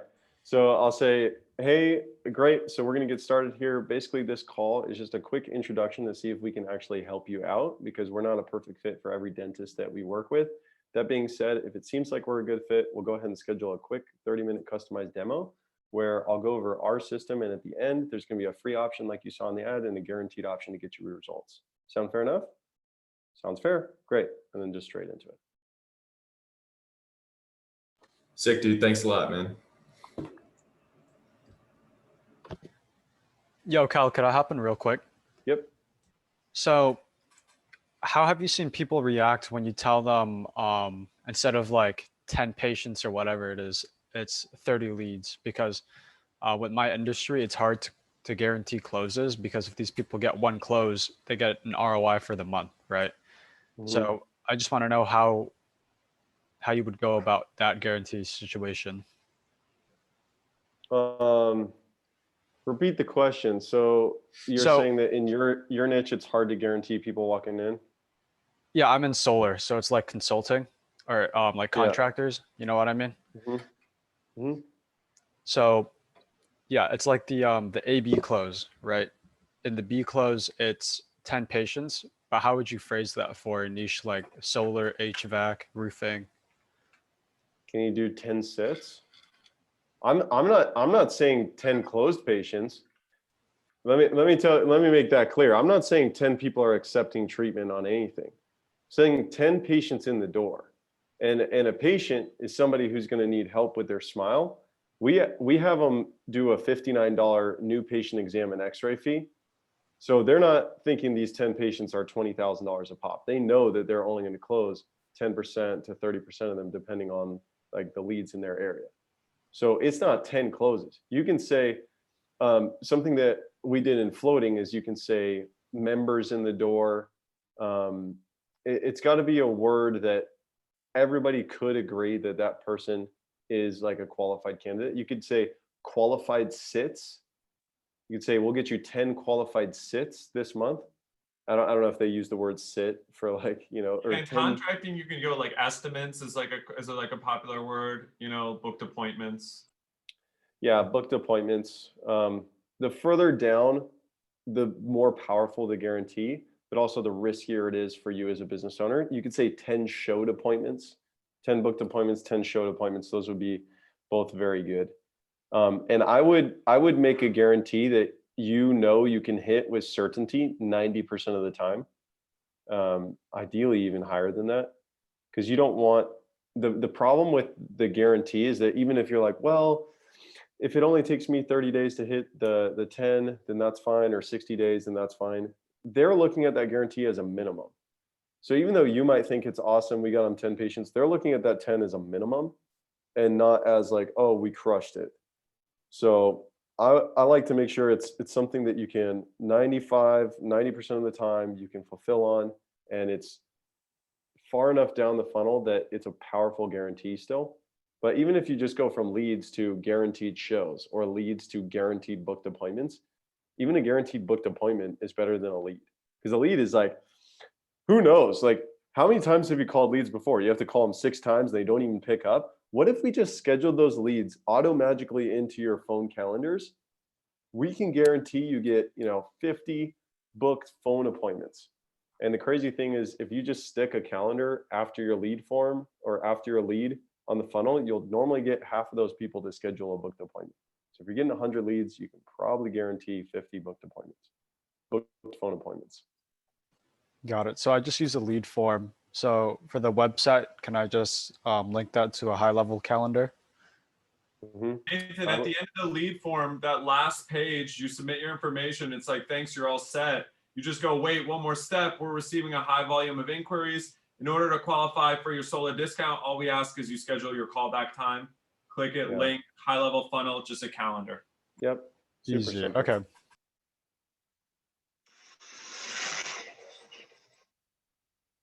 Yeah, well, I had a question. Can you hear me right now? Yeah. Yeah, so my question is more so about like the offer side of things. Is I know you mentioned earlier to like, you know, you're saying dental's like saturated and things like that, to kind of look at what everyone else is doing and kind of do something completely different that stands out. I'm in the gym niche and I'm kind of I haven't really been looking at crafting an offer and trying to find something unique, but I've seen pretty much every offer that could possibly exist. And I'm just trying to figure out, like, when one good offer is in the market doing well, like say someone's like 30 new people in your door for free or something, then it kind of like the market follows that offer and then everyone starts doing it. And then you got to come up with something different or better. And then it kind of, whoever got the best offer is kind of leading. Cause I know like pay per show was like someone's competitive edge at one point. Now it's like the norm, like everyone's doing it.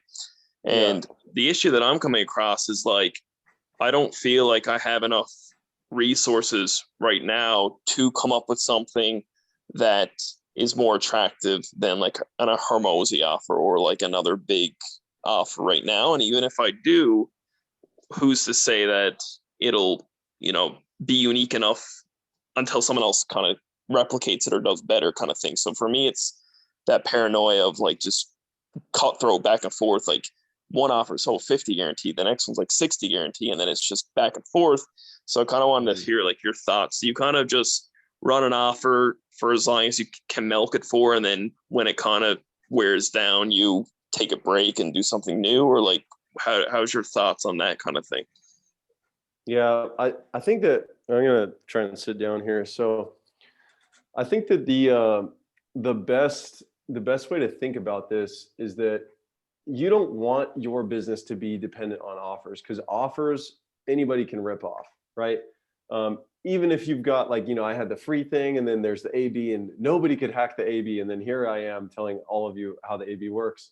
And the reason I don't care about that and why I don't think it really matters is because, yeah, offers are rip-offable, but your company values and the value that you provide to the market, that's not really rip-offable, like your actual brand. So I'm just brand new into this niche, which means that I don't really have like brand equity. I don't have ebooks. I don't have course materials. I really don't know that much about it yet. So I needed something that I could whip up and within a day start getting booked appointments. Well, I can't build a VSL, a video sales letter. I can't build an ebook that provides value. But I think that if you want to grow a real business, you can't have your business based on just an offer. Like you can, but the thing is the offer is going to fall out, right? Like 3 months later, 6 months later, 9 months, whatever it is. What you really want to be working towards is, I've got a very attractive lead magnet that provides value first to that client, and then you just have the offer on the back end. Because the offer itself, in terms of like the sale, that will never go, that will likely never fade. It's just like when everybody is focusing on offers on the advertising on the front end, then people get really numb to it.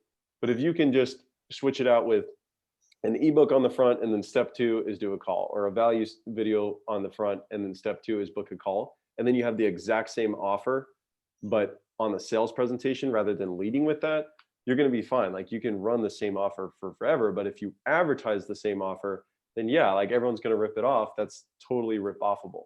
So those are my thoughts on that, man. Okay. All right. Yeah. And I mean, I won't get too much into it now, because I know I don't really know when this call is like set to end or anything like that. I just wanted to we're kind of chilling, man. Like straight up, we're just answering questions, so we can go deep as much as you want. Also, can I Yeah. add something? Lucas, this might be able to help you out. Obviously, we're in the same niche. Kyle, dude, you killed, by the way. That was unreal, dude. Thanks, man. Appreciate Dude, it. I'm excited to kick it with you when I get back to Austin. But Lucas, so the big thing that I got, especially from this takeaway, from this whole presentation, the big takeaway was the free offer, right? So like the offer is something that we just use to get people to even click on it, put in their information, and just talk to us, right? It's like once they start talking to us, like that's when we're able to differentiate ourselves, right? So something that Kyle mentioned is like commodity business sucks, right? It's like it's like how we go about differentiating ourselves is like us, right? Like us as people. We're part of the offering that we give to our clients. So like once they have a conversation with us, like we're part of that offering, right? So with that in mind, it's like at the end of the day, like when someone jumps on a call with you, like after the intro, they hop on the demo, it's like sometimes people don't even remember exactly what the offer is, like depending on the offer. You know what I mean? So like at that point, it's just on us to have that conversation, right? So let me know if that makes sense, and happy to just like chat with you one-on-one as well. Yeah, man. I mean, that's the one thing. I know, like for me, my biggest thing is I made a big post about it. It's kind of like the COVID stuff, because like just losing clients due to lockdowns and things like that. And, like yourself, like my biggest thing is trying to decide, do you just try to push through all that and find a solution, or do you, go somewhere else in a way? Like if the dental space right now was every few weeks, there's different clinics shutting down, and, they were saying we can't do anything with like, new smiles or implants or whatever. Would the people in that niche find a way to still sign dentists, or would they have to go somewhere else? Is kind of like what I've been struggling with for so long. That too. And like, I'm pretty sure everyone else knows that. Just trying to figure out like where is the best, place to put like that energy, like for that growth.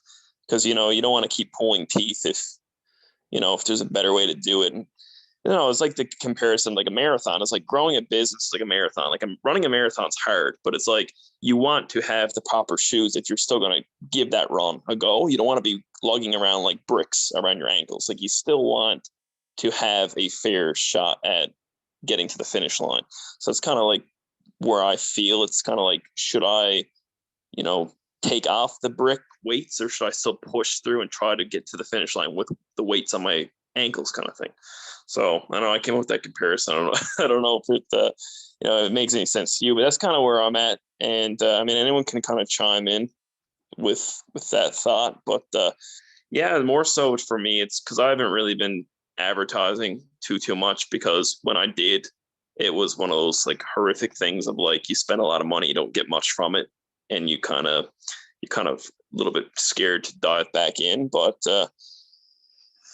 yeah, I don't know, man. I mean, if anyone has anything to share on that, then that'd be good, because I definitely want to get like the ball rolling again with with like my day-to-day like actions with what I gotta do. I think I don't know if anyone else has any thoughts, but Lucas, just for you to know, dude, this presentation was super helpful for me by Kyle. Thank you once again, because actually just this morning I turned off my paid ads, right? Because the numbers were getting way out of whack, and I was actually going to keep it off. But then after this presentation, I was like, fuck, man, I can't do it. Like, especially after Kyle just told me that. But the way in which I've been mitigating risks, so it just comes down to like pillar number one, right? It's like, you never really stop once you crack pillar number one, like setting appointments, right? It's like, you just keep on doing it. You just do more of it, right? It's like, I think with something that I experienced, September was like a huge month for me when I jumped into 7FA. That was because like the only thing I focused on, the only thing I knew that I should focus on was set appointments. But then in October and then November, I started absorbing more information. I started learning more things. And it wasn't that those information weren't relevant, but it just wasn't the most relevant thing for me at that very moment, right? In which the right thing to do was for me to actually decide and figure out which one is the most important activity at that time that was most valuable to my business. And that should have been set appointments, right? So if I were to ask you the question, because I'm in the gym niche, right? It's like, I'm setting like, my appointment setter is like setting like 2 to 6 a day organically, right? So like, if I were to ask you like, how many appointments are you setting? What would be your answer to that, right? And then from that, you can reverse engineer, all right, what kind of actions do we need to take to set appointments? We should just try everything, right? It's like, And by having an organic channel, which is actually what I'm doubling down on, it's been working out really well for us. Like I know, like month over month, like if I could close 5 clients just from organic, and that gives me a level of stability and security that I need, and like certainty. You know what I mean? So just comes down to the fundamentals. And paid ads is like it could be super helpful, but organic, don't sleep on it either, right? Yeah, and maybe we can, have our own like kind of one-on-one chat on this. And away from like, I don't even know how many people are here right now, but we're kind of just like going off. I'd like to hear Kyle's kind of thoughts on it as well. And I guess my biggest fear is falling short of what the market needs, because I don't know if you deal with it. I don't know if Kyle's dealt with it or anyone else. It's like when you finally get that meeting, you finally get that person on the phone and they say, oh, but I was talking to your competitor who offers the same thing for the same price, but they also do this. So then it's like, oh, so now I'm at like a cutthroat. It's all in what you're giving the client type of thing, right? So it's not as much on me as, it's like who can give the most for less money, or who got the best offer. And that's felt like, I feel like that's what I've kind of dealt with, other than like lockdown stuff. And I've just been so confused as to like, do I go zig or do I zag kind of thing, and yeah, I don't know. Yeah, man. I mean, with the float industry, we dealt with shutdowns, and we were trying to sell people into coming into literally it's a dirty bathwater session. Like, if we want to objectively look at what this experience is, like, people are coming to lay it in a bath tub of dirty water that hundreds of other people have done, and pay $100 per session for that. And so there comes a point where you have to realize, like, all right, well, if I'm offering the same thing as everybody else and it's not turning into deals, then there's 2 things you can do. You can either go into a niche that is like less competitive and more okay with just buying the same thing as everybody else, or you can iterate and improve on your offer. But like, one of the things that I learned from Alex Hormozy is that when you're going through a niche, there's troubles, right? There's times in your life where you're like, fuck, this is really, really, really, really, really, really, really hard. And you have to push through that. Like, we were in the float business. We were averaging around like 35 grand a month. And then because of COVID, we dropped down to 2, but within 3 months, we had our first $100,000 month. It was only because we committed to figuring out a solution that was different than the other providers in the area. So you kind of have 2 options. It's like, just go even harder, but know that if you're offering the same thing as everybody else and they're offering like extra widgets, the way that you get away from the price competition is you have a legitimately new opportunity. So maybe it's like, hey, everyone is offering weight loss challenges. We offer put on muscle. I don't know, but you have to figure out what is the new opportunity that makes your business different, because someone will pay 2 to 3 times more for a new opportunity than an improved version of what everybody else is offering, right? Because that now becomes price shoppable. So I think I missed the first part of, I knew you were doing the float tank. Did you leave that to go into dental, or are you doing both now? Because I don't know if I think I missed that part. Yeah, no, I officially signed off from that business. Alex Greco runs that business 100% now. It's still going strong. I wanted to focus on one thing. I'm a huge believer that you have to focus on one thing if you want to grow big. And I didn't want to have the distraction of another business. So that business is still going. That business still has clients. It has a team. I'm not a part of it anymore, and I'm 100% dental. Yeah, so I guess that would lead into my next question as to like, what did you look at to decide, should I go all in and stay with the float business, or should I go all in on like the dental and do something new?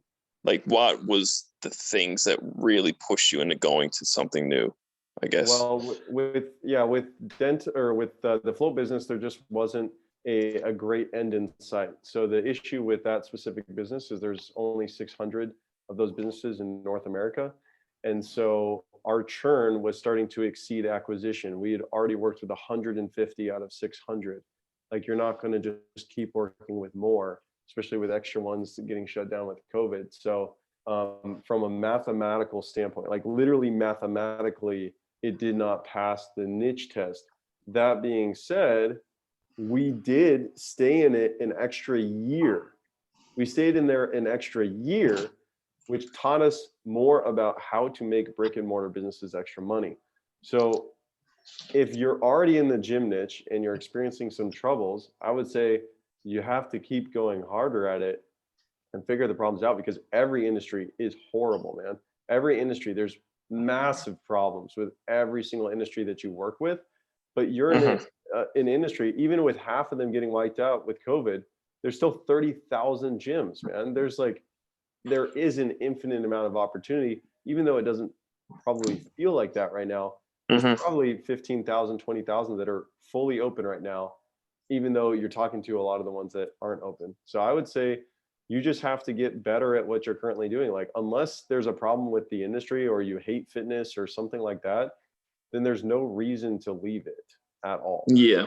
And honestly, man, the only real reason why I was going to consider is because I just felt like I had 13 clients up until December, and now I'm with 5, and it's all because of lockdowns. I just kept losing them. So I don't know if it's like, should I try to get another 10 only to lose another 6? Like, or should I go somewhere where I'm not going to be losing the clients due to lockdown? Like, should I maybe shift into online personal trainers, or maybe do something more with like online fitness programs, or make that, slight pivot inside the fitness? Or if I should just be like, no, I'm going to stick with gyms. I don't care if they're shutting down. I'll just get more. And I almost feel like, is that like smart, or is that just being stubborn? And that's been my ultimate battle for like the past month and a half. Yeah. Right. I mean, I think it's pretty stubborn. I mean, just go start marketing in the red states in America. So Texas, all the gyms are open. They're not going to get. Oh yeah, dude. I launched a gym in Texas like literally a day and a half ago. We already got 30 leads. I don't even understand how they came in like $1 each. So it's like phenomenal. But yeah, man, I guess you're right with like, yeah, my biggest thing was I was looking more into like online personal trainers and trying to create something for that. But I really didn't know, because you get so many pieces of advice from people with regards to like what to do. Some people will say, no, you should go where the money is, go somewhere, higher ticket, go somewhere that's not affected by COVID. And then other people are saying, you should make it work no matter what, like just stick with it and things like that. So that's kind of where I'm at. I guess you can't really compare gyms to float tanks, because like you said, you were, limited by the number. But I'm more so like, okay, yeah, you're right. There's 15, 20K gyms, but like data wise, like in ratio to how many agencies there are targeting gyms, it's like, maybe like 50 gyms per agency or something, and that's kind of what I've been trying to juggle, is like, is there enough of a pool or is it kind of like the top 10 will survive and the rest will be left to starve kind of thing? So, it's just been many thoughts and doubts and things like that, which have been paralyzing. But I don't know. I guess I'll just have to keep chatting with people and try to figure something out, man. Hi, Lucas. Can you hear me? Okay. Who's that? It's Naz. Hi. I hear somebody, but I can't. Naz, yeah. If you could turn up your volume just a little bit, man. A little quiet. Hold on a second. Hold on. Let me just see. Is that better? A little bit. Can you hear me, Lucas? I can't really hear him, man. I can't. Okay. It's very quiet. Sorry, Naz. All right. Okay. No problem. All good. So yeah, I mean, with Lucas, the biggest thing that I've learned, man, is that when you're stuck between 2 decisions, you don't do anything, and then you're just paralyzed. So you just need to decide. You're either gonna rock with this, or you're gonna get the fuck out of there and do something else. But like, you just gotta decide on one, and they're all wrong and they're all right, and you just gotta choose one. Does that make sense? Yeah, I mean, like, there's literally no correct answer, and I mean, it's not black or white. There's just so many different variables and possibilities, and just too many. It's just too much to even weigh. Like, it's literally you'd have to do one, give it some time, collect the data on that decision, and then maybe do the other decision, collect the data, and then make a comparison or something. Like it would have to be more in depth than just saying like, what's easier, what should I do now, which would be better for me, kind of thing. So yeah, man. Well, I appreciate your feedback anyways. Yeah. Does anyone have any other questions? Yeah. Yo, Nick, I have a question. May I shoot? I had a couple quick questions for you. First, I know you were saying that you're with the ad, with the free offer, that you were having, that you weren't having a problem with people, being accepting of the offer. I guess what I'm seeing, like at the end of your offer, you have that PPS, right? Of like, oh, it's just going to be you spending ad spend. I wonder like how many people don't see that, think that everything 100% is going to be free and all that, and then feel like it's a bait and switch when they get on the intro or get as far as the demo call and you start being like, oh no, you're going to have to be doing the ad spend. I had one person, and we're actually working together on a performance basis. Okay. He brought it up. He was like, "Oh, I thought this was free." It's like, no, it's like, yeah, I know it actually is free. We run and manage your ads for free, and just like the advertisement said, you just have to cover the ad spend. Yeah, we run a business just like you with expenses, team, everything. All I'm asking, you just cover the ads. Does that sound fair? Oh yeah, okay, great. Right. And then it's like, okay. On. Cool. And then my quick second question is regarding contracts, agreements, that kind of thing, and retention. Are you working everyone month to month, or you're not doing any kind of 3-month or 6-month or any kind of contract like that? And then do you find that affects retention? No, we're not. I really like to run my business based on we're generating you results, and if you're not getting results and you don't like working with us, then leave. I'm definitely not the expert on retention. Part of that was being in the float business, but say our average client stayed for about 4 months. So I really want to fix that in the dental agency. That's one of the next things that I'm tackling is great at marketing. Sales is fine. I really want to have beautiful fulfillment, so that way people want to stay for a long time. But I think that, with Facebook ads, with SEO, Google ads, maybe it makes sense that you do a 3-month contract because they need to wait that long to see the results. But most of us, if we're running Facebook ads, we should be able to get them results within the first 30 days. Like if we can't show them results in the first 30 days, depending on the market, then you should do a longer contract. If it takes 90 days to show them results, then do a 3-month contract. But if you can get them results in the first month to month is fine. I'm kind of brainstorming, internally trying to figure out how to do. I'm in the mortgage industry, so I definitely have that 90-day sales cycle for them to be at the closing table and getting their commission check on average. And you could. What I would do is just triple the setup, and just say we'll work for free until you get it, and just know that it's basically going to usually take 90 days. So just triple the setup fee, and then on the back end, it's still $2,000 a month. Cool. Awesome. Thanks, man. Yep. Hey, Kyle, I got a quick question. Yeah, what's up? Hey, man, first of all, thank you so much for doing this and also just staying on for this long. Dude, you're a GOAT. Thank you so much, bro. My question for you is, obviously you were part of Allen, so you were building like the mousetrap for B2C, right, for your clients. And so when you're building that, that system for your clients B2C, how do you qualify like who's going to be, that's going to qualify for, what are some ways that you're actually seeing if your system's going to work particularly for that person? Repeat the question. So how do we qualify that it's going to work for the dentist? Yeah, like does your system work for all dentists, or like, because for me, like my niche is martial arts, right? And so like we were building a mousetrap essentially too, right? Like a 8-week white belt challenge, but like some martial arts can't do that. Some are like Tai Chi, so they're different. It's a different style. Like that wouldn't work for a Tai Chi school, but it would work for like a karate school in my niche, right? So I'm building a mousetrap for B2C. I'm just wondering if your mousetrap for B2C is always going to be the same regardless. I hear you. Or do you qualify them first? Yeah. So there's two routes you can do it. In niches that are less professional, like gyms, flotation therapy, kickboxing, whatever, I would actually have a mousetrap that fully on its own, it doesn't matter how their business runs, they can implement it and they can agree with it that it would be okay. If it's a more complicated business, contractors, medical, anything like that, your mousetrap cannot ruin their operations. Like it just has to be an add-on, like a little widget that gets someone's attention, but it can't be this crazy new thing. Like I can't train a dentist on the 10-week smile transformation challenge. It literally needs to be, yo, we're using a widget to get people in the door. People are walking in and you're closing them just like you would with new patients. Just instead of using this new patient form, use this new patient form.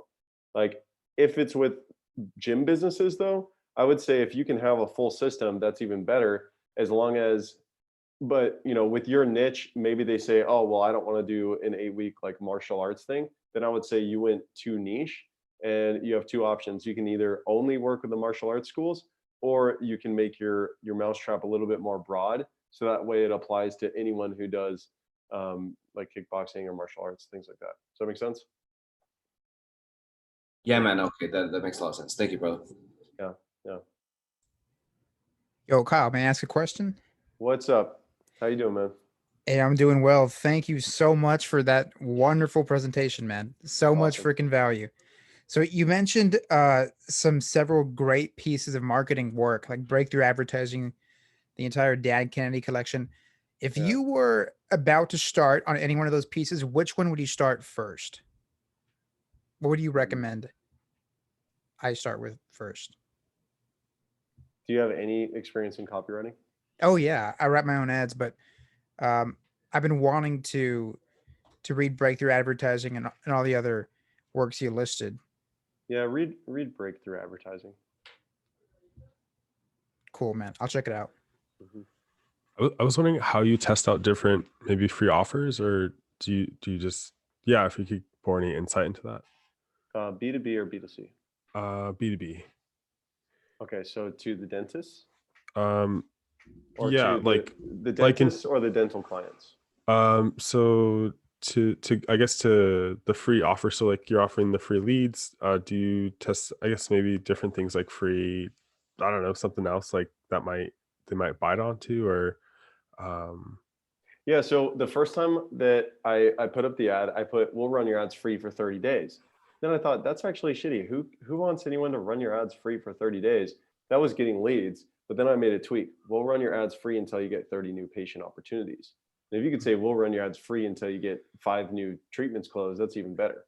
The more you can think of what's in it for me as a business owner, like what is the most desirable result, and then stick free on that, the more compelling the ad is. So run your ads free for 30 days. It's still compelling. Like, let me earn your business. I'll work hard. You know, they're picturing this guy working really hard to help them be successful for 30 days. That's one route. The other one is like, you know, we'll run your ads free until you get 30 new patient opportunities. But those are really the only two things that I tested. And I can't tell you, I even looked at the data to know which one was more, because it was, we didn't even run the ads for that long.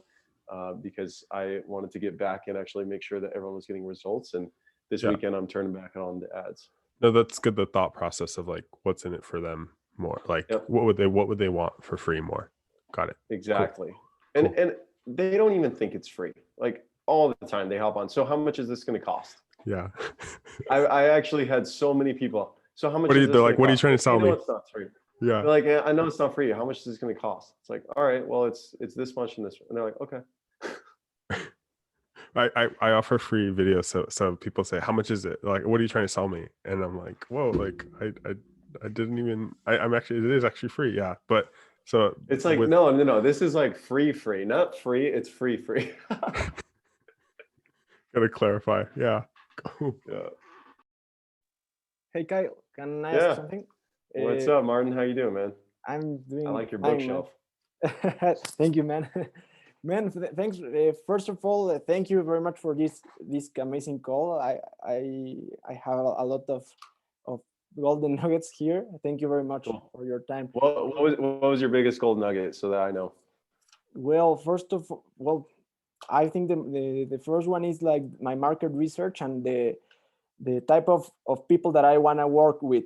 I've been struggling a little bit, like want to work with everyone, and I'm just missing the things a little bit there, because at the end of the day, it's not going to be a good fit even for them and for me. So I'm going to work on that. Yeah. And well, at this point, I'm working with MedSpass, and the question that I have is, when you offer a free consultation in your ads for your clients, are you asking for a deposit? Are you? Yeah. Yeah. So that's a great way to filter out the issue that they're going to have with using free advertising.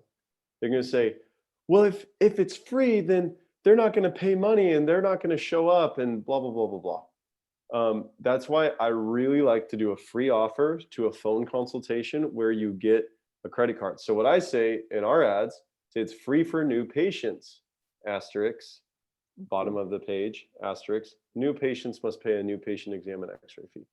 And then on the phone call, they do 10-minute call. And then at the very end, they say, hey, just like the ad said, there's just a small $59 new patient exam and x-ray fee. And would you like to do that on a credit or a debit card? So now they get a credit card on file before that actually person shows up. That person is way more likely to show. If you just book people straight into an in-person, the likelihood of them showing is pretty low. But if you go to a phone call first, it's really easy to pick up a 15-minute phone call. You get their credit card, and then they show up in person. Okay, that's great. I'm in Mexico. All my clients are in Mexico, so things here are a little different. You can't really get the credit cards in Mexico. Yeah. But it's you guys don't even have recurring payments in Mexico, huh? No. It's crazy. I can't believe that. Yeah, I know, but I want to solve this, because it's actually happening that we schedule for a free consult and people don't show up. So I think that's a good idea to have a free phone consultation, and then with the thing that you say. I'm sorry, I don't know how to say it. It's all good. Yeah, the other option you can do is just make your free consultation, instead of calling it a free consultation, make it way more desirable.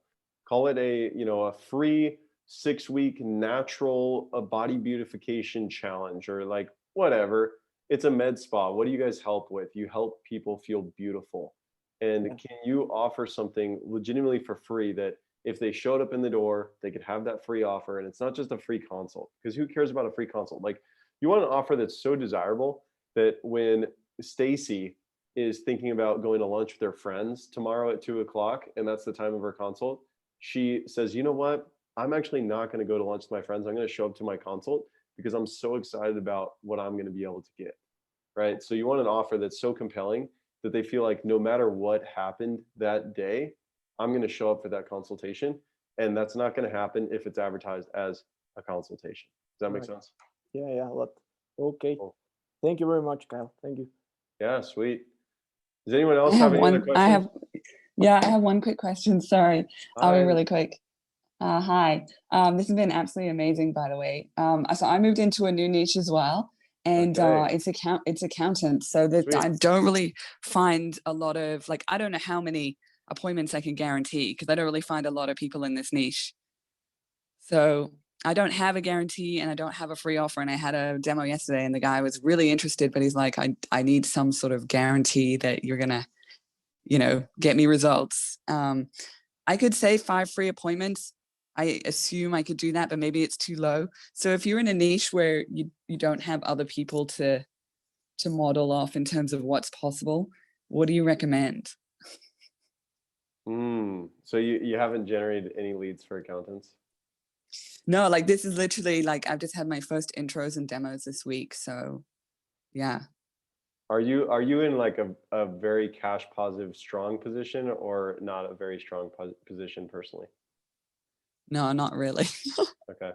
Because one of the things you can do, the reason I'm asking that is what my friend will do when he enters new industries is he'll actually just put his own money into the ad spend and run fake ads in different markets and run it to a calendar that like is empty. It's a mystery. Nobody actually knows where it goes. But that way he can measure what his results are going to be. So he invests the money up front to figure out like what my results are. For you, have you reached out to your network yet and just like seen if there's anyone in your network that is open to hopping on a call or like just doing a quick little trial to see results? Because that's another option in the beginning if you don't feel confident that you'll be able to get booked appointments for them. Yeah, I could try that. Yeah, I probably wouldn't. I probably wouldn't put a ton of money into paid ads before I felt comfortable with knowing that I had something that would work to get them in the door on the B2C side. Oh, okay. Yeah. Mhm. So, yeah, it sounds like I should just, I don't know. I mean, Maybe just, do you have any idea of what you're going to be running to get them appointments? yeah, I know I'm gonna run Facebook ads. I know I have seen other competitors where I know that works. Like I literally wouldn't offer something if I had no idea. Like I know that works. I just don't know their numbers, like their cost per appointment. What's the offer? So it's literally just helping accountants get booked to clients with businesses. So they need to niche down and pick a niche. Like let's say they want more construction clients. So then it would be getting them appointments with construction owners for their tax management. So it'd be like save blank on taxes, book a call. Yeah, so they would need to put their results. Like I've been able to save construction workers X thousands of dollars per year on tax. Like they should use their results to in their ads to demonstrate the value that they offer. So one of the things that I like to do if I like know nothing is kind of reverse engineer. We can do this together. Can you see my screen? Yeah. Okay, so what I like to do is I like to reverse engineer from the click. So it's like, all right, could we get results for these accountants without even knowing what our offer is going to be or anything like that? So let's say your cost per click is like $2. You can get clicks for $2. That's pretty reasonable. That's about like the price that people are paying, anywhere from $1.50 to $2.50. So your cost per click is $2 and you have a landing page. Are you thinking of booking them straight into a call, or it's going to be opt in and then call? Yeah, it's going to be opt in to watch like an educational video and then book a call. And that's for the accountants to get clients, right? Yes. Okay. You might be able to just book them in. I think it would be a lot easier to just book them into a 15-minute call rather than the educational video. Unless they're getting clients. If they're getting clients like nationally or statewide, then do the video. But locally, your conversion is going to just drop off like crazy. And so I would just book them straight into a free 15-minute consult. You can say like, hey, I'm not sure the financial claims you can make with the accounting niche, but some sort of promise, we'll save you $2,000 off. Is 15 minutes worth saving 15,000? Like it's 15 minutes worth saving 10,000 because we just helped John over here do that. And that's literally what it is. It's like they opt in and then is 15 minutes worth saving 15,000. And then you just schedule a 15-minute call. They do the intro and then they have an in-depth discovery meeting after the intro. That's how I would do it. Yeah, that sounds amazing. Yeah. Mm-hmm. So let's say your landing page conversion rate like sucks and you're at 8%. So we'll do like 0.08.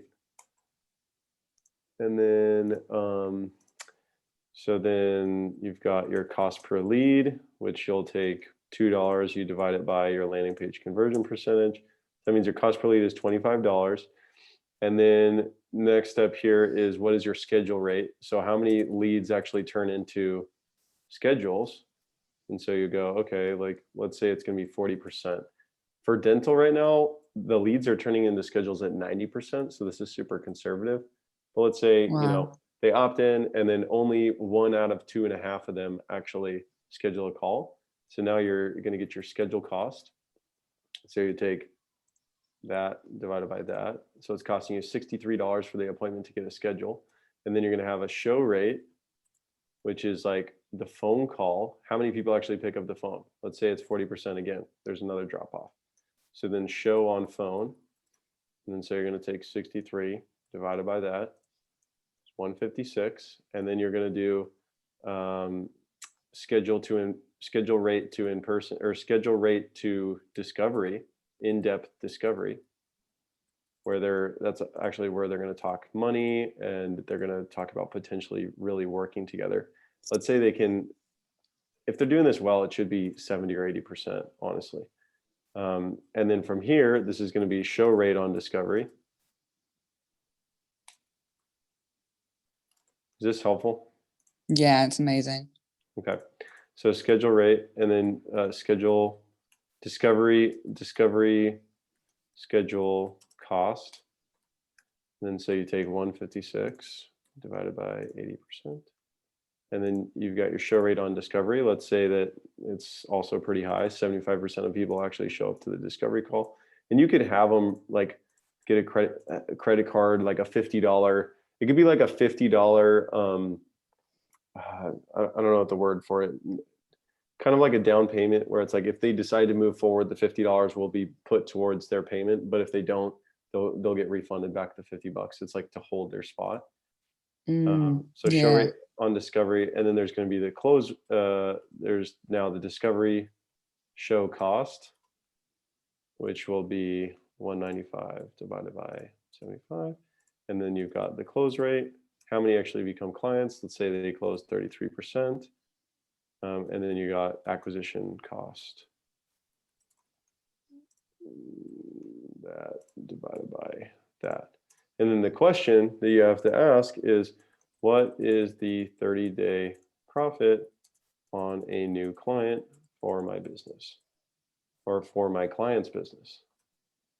And this is how you can make a mousetrap that is really sexy. So let's say they make like $2,000 revenue with an average profit of $789. Then you know that this is a mousetrap that's going to work pretty well. But if they don't, there's two ways you can do it. You can either say, I'm going to improve my advertising by trying to, let's say if I bump my landing page conversion percentage up by 15%, now my acquisition cost gets cut basically in half. You can improve your advertising, or you can improve their mousetrap, which is the amount of money that they collect in that first 30-day period. Because small business owners, they don't really care about like 1 year LTV. They care about, did I put money into ads, and did that turn into profit in the next 30 days? So those are the two levers you can look at. Is like, all right, well, how can I improve the pieces inside of my ad funnel? And then the second one is, can we make them more money so that way it doesn't matter if my landing page sucks, I'll still be okay. So I like to run through these type of scenarios. If you're running a free offer, usually you'll be 10 to 40% on the landing page conversion. But what you can do is you literally, how I would sell these people is I would sell it like this. I would say, what is everyone else doing right now in the accounting niche? What are they all like promising? I know they're not promising guarantees, but how are they doing their advertising? You saying they're watching a value video and then they're booking a call? That's kind of how it works. Yeah, there's like the bottom feeder ones, which are just like, oh, you know, $100 tax returns. Obviously, I'm not interested in those kinds of clients or advertising. And then the ones that are going for the high ticket, like accountants targeting lawyers, yeah, they're doing like a mini video in their ad talking about their expertise in helping lawyers and how much they save lawyers. Then they're either driving to an event where like a live online event, like they're very old school accountants, by the way, either an in-person event or a live event that you sign up to, or they're doing like a watch this educational video and then book an appointment in my calendar. Yeah, I would just, if you run something like this and just have a slide in your demo deck that just shows them, hey, this is our process. And you can say, we've done this in other industries, or our partners or our, you know, mentors or our coaches, you could say partners, mentors, coaches have done this in other industries, where you use a free offer, you get a lot of lead volume, and then you weed them out on a quick 15-minute call. This can be with your front desk person, or it can be with yourself. It doesn't really matter. That way you're not wasting your time doing discovery calls with people that want $100 tax returns, and then you just book them in for a discovery call. That's how I would do it, is like explain how the process is going to work, and then they'll just get excited by the fact that you actually did some research. And it's not just like, because most of people, when they think of advertising, is they think of like, oh, ads is just, you know, you spend money and then maybe it turns into something, and you can go, no, we're actually going to track this. The other option is you could do this for an event example, because events, like if they're already running events, if accountants are used to running events, then what you could do is you could say, all right, we're going to advertise a free event. Say it's $2 cost per click. Your landing page conversion rate is 15%. Cost per lead is $13. And then your schedule rate, that would actually be your show rate for the event. And for events, it's probably going to be 20%. So then your butt and seat cost is now going to be $67. And it's like, if they can't make money off of getting people in the door for $67, then I don't know what to say. Yeah.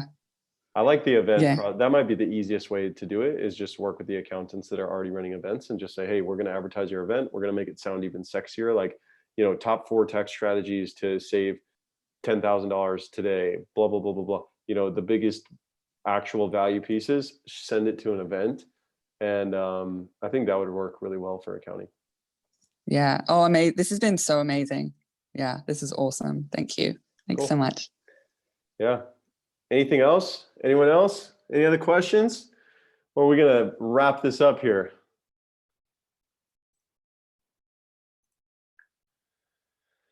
I'm going to give it 2 seconds. Hey, Kyle. Yeah. Hey, what's up, Rona? Hey, I hope this is going to be quick. No, you're good. So I'm in dental as well. So have you gotten to the point of where, so you get the consults, you get people to come in, but they're not able to close on treatments, right? Are you running into that yet? And if you are, what are you doing? Do you have strategies for them? I have things in mind. They're not implemented yet.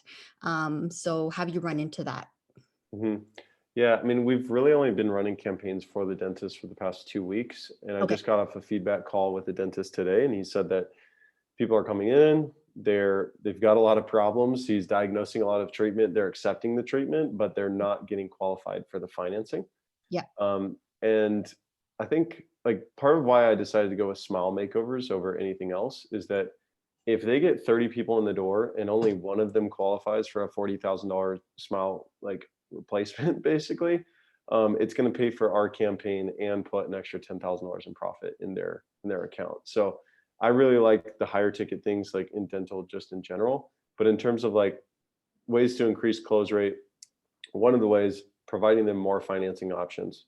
Another way is adding friction in your advertising process, whether that's a questionnaire at the beginning that is going to ask questions about their credit and like their ability to pay for things, or improving the phone script. So that way, when they're on the phone, they say, all right, great. So you're going to be speaking with Dr. Blah, blah, blah. And when you come in the door, we just want to let you know that we're going to be giving you a treatment. Now, based on what you shared with me over the text, like I can see from your mouth, this could be anywhere from $5,000 to $20,000 in treatment. Would you be willing to move forward with treatment if we found a solution for you?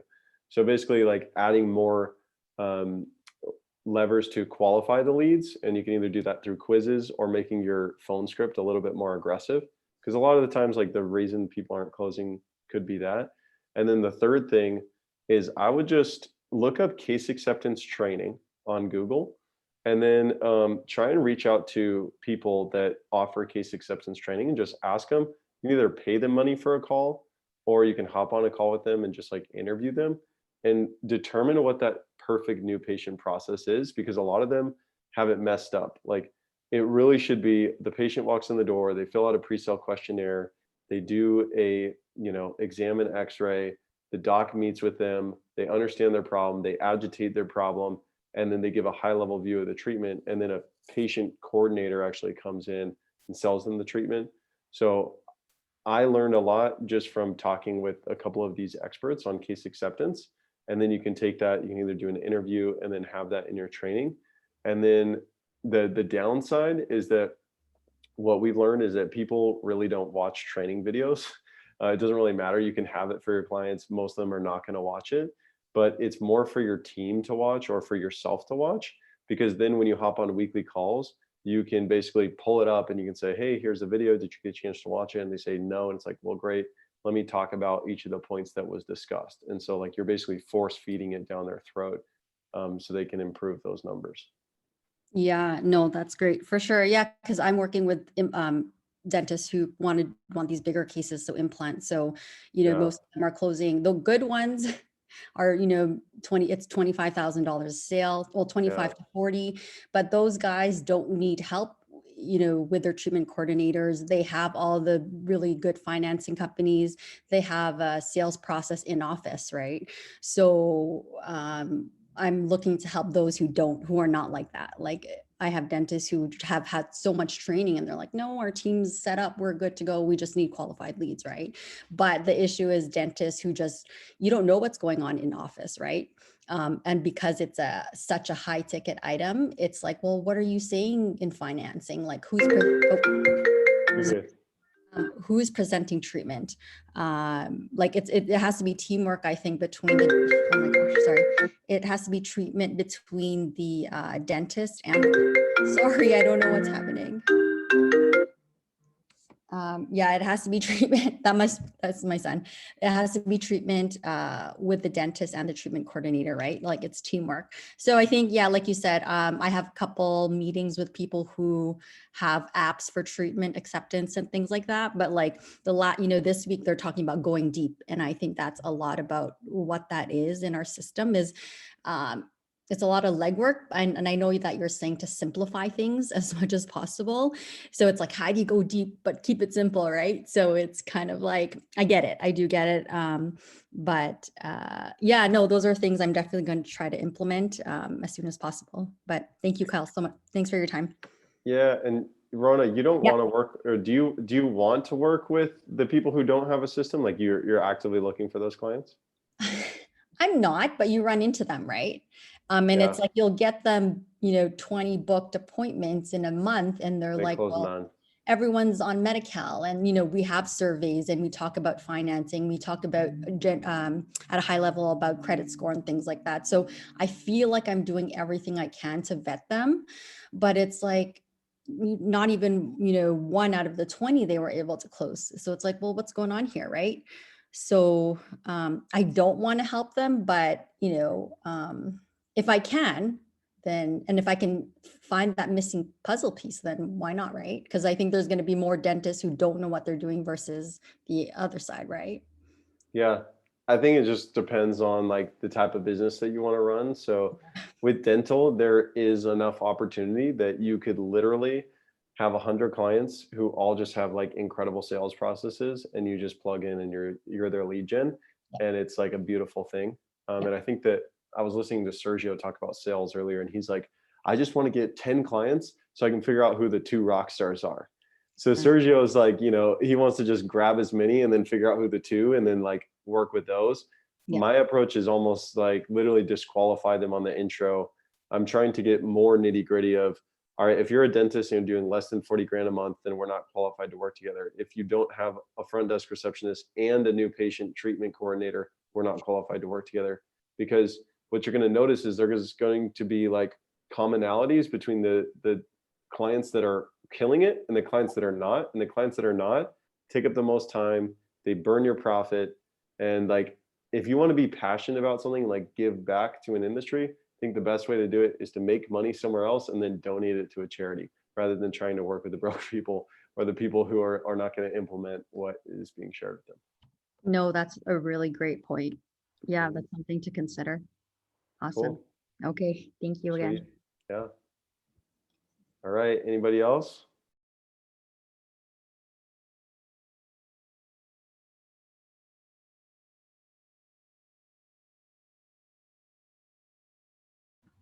Hey.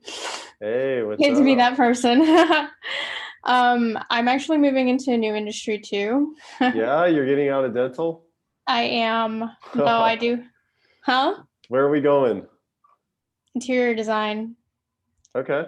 So it's kind of unique. I'm going to start interviewing prospects. I'm trying to figure out, again, the fulfillment part of it. But if you're going into, I guess, just frameworks, broader frameworks, if you're going into quirky or like different kind of niche, like how would you approach like thinking of the fulfillment side of them and what solutions you could come up with for their problems? B2C for interior design, or for their clients? For my fulfillment for them. Okay, yeah. Like, how are you going to create a good fulfillment that you're going to be able to book calls for them. Book book appointments. calls. B2C, I'm also looking at B2B, like maybe bigger firms that maybe work with like architects or, you know, things of that nature. Yeah. I think with interior design, like you just need to have a proven process that will book people in for initial consultations. And so I mean, free evaluations, but with a lot more love to it than just an evaluation, like trying to figure out what else you can stack into that offer. So I would just like go back to the simple framework. It's like, all right, what is literally every single problem that they are seeking to solve? And then what are all the potential possible solutions? Wrap that into an advertisement, and now you can take your free interior design consultation and turn it into a free home makeover. You know, if you could offer a free home makeover on your B2C ads, like you're going to get incredible amounts of calls. It's just like figuring out, okay, how do we turn a free home makeover into a profitable campaign? And if you can figure out the answer to that, then you're going to get massive amounts of throughput, and you're still going to get paid for that interior designer. It's just like figuring out, okay, what would be included in a free home makeover? Maybe the free home makeover is, you know, we'll hop on a Zoom call and we'll tell you what you need to do. But then the paid one is like, we'll actually come in and do it for you. I don't know. Yeah, I like that idea. Appreciate that. Cool. Anything else? I think that's it. Hey, thanks for hanging on so long. Of course. Thank you for this. This is awesome. Yeah, I had a lot of fun. Anyone else got any other questions, or are we going to close this out? I'm going to call everyone out by name. Steph, Grace, Luis, Alex, Guido, Luis, Marina, Louis, Matthew. All right. Feel like, yeah, I had a lot of fun. Thank you guys for staying on and hanging out. I'm out. See ya.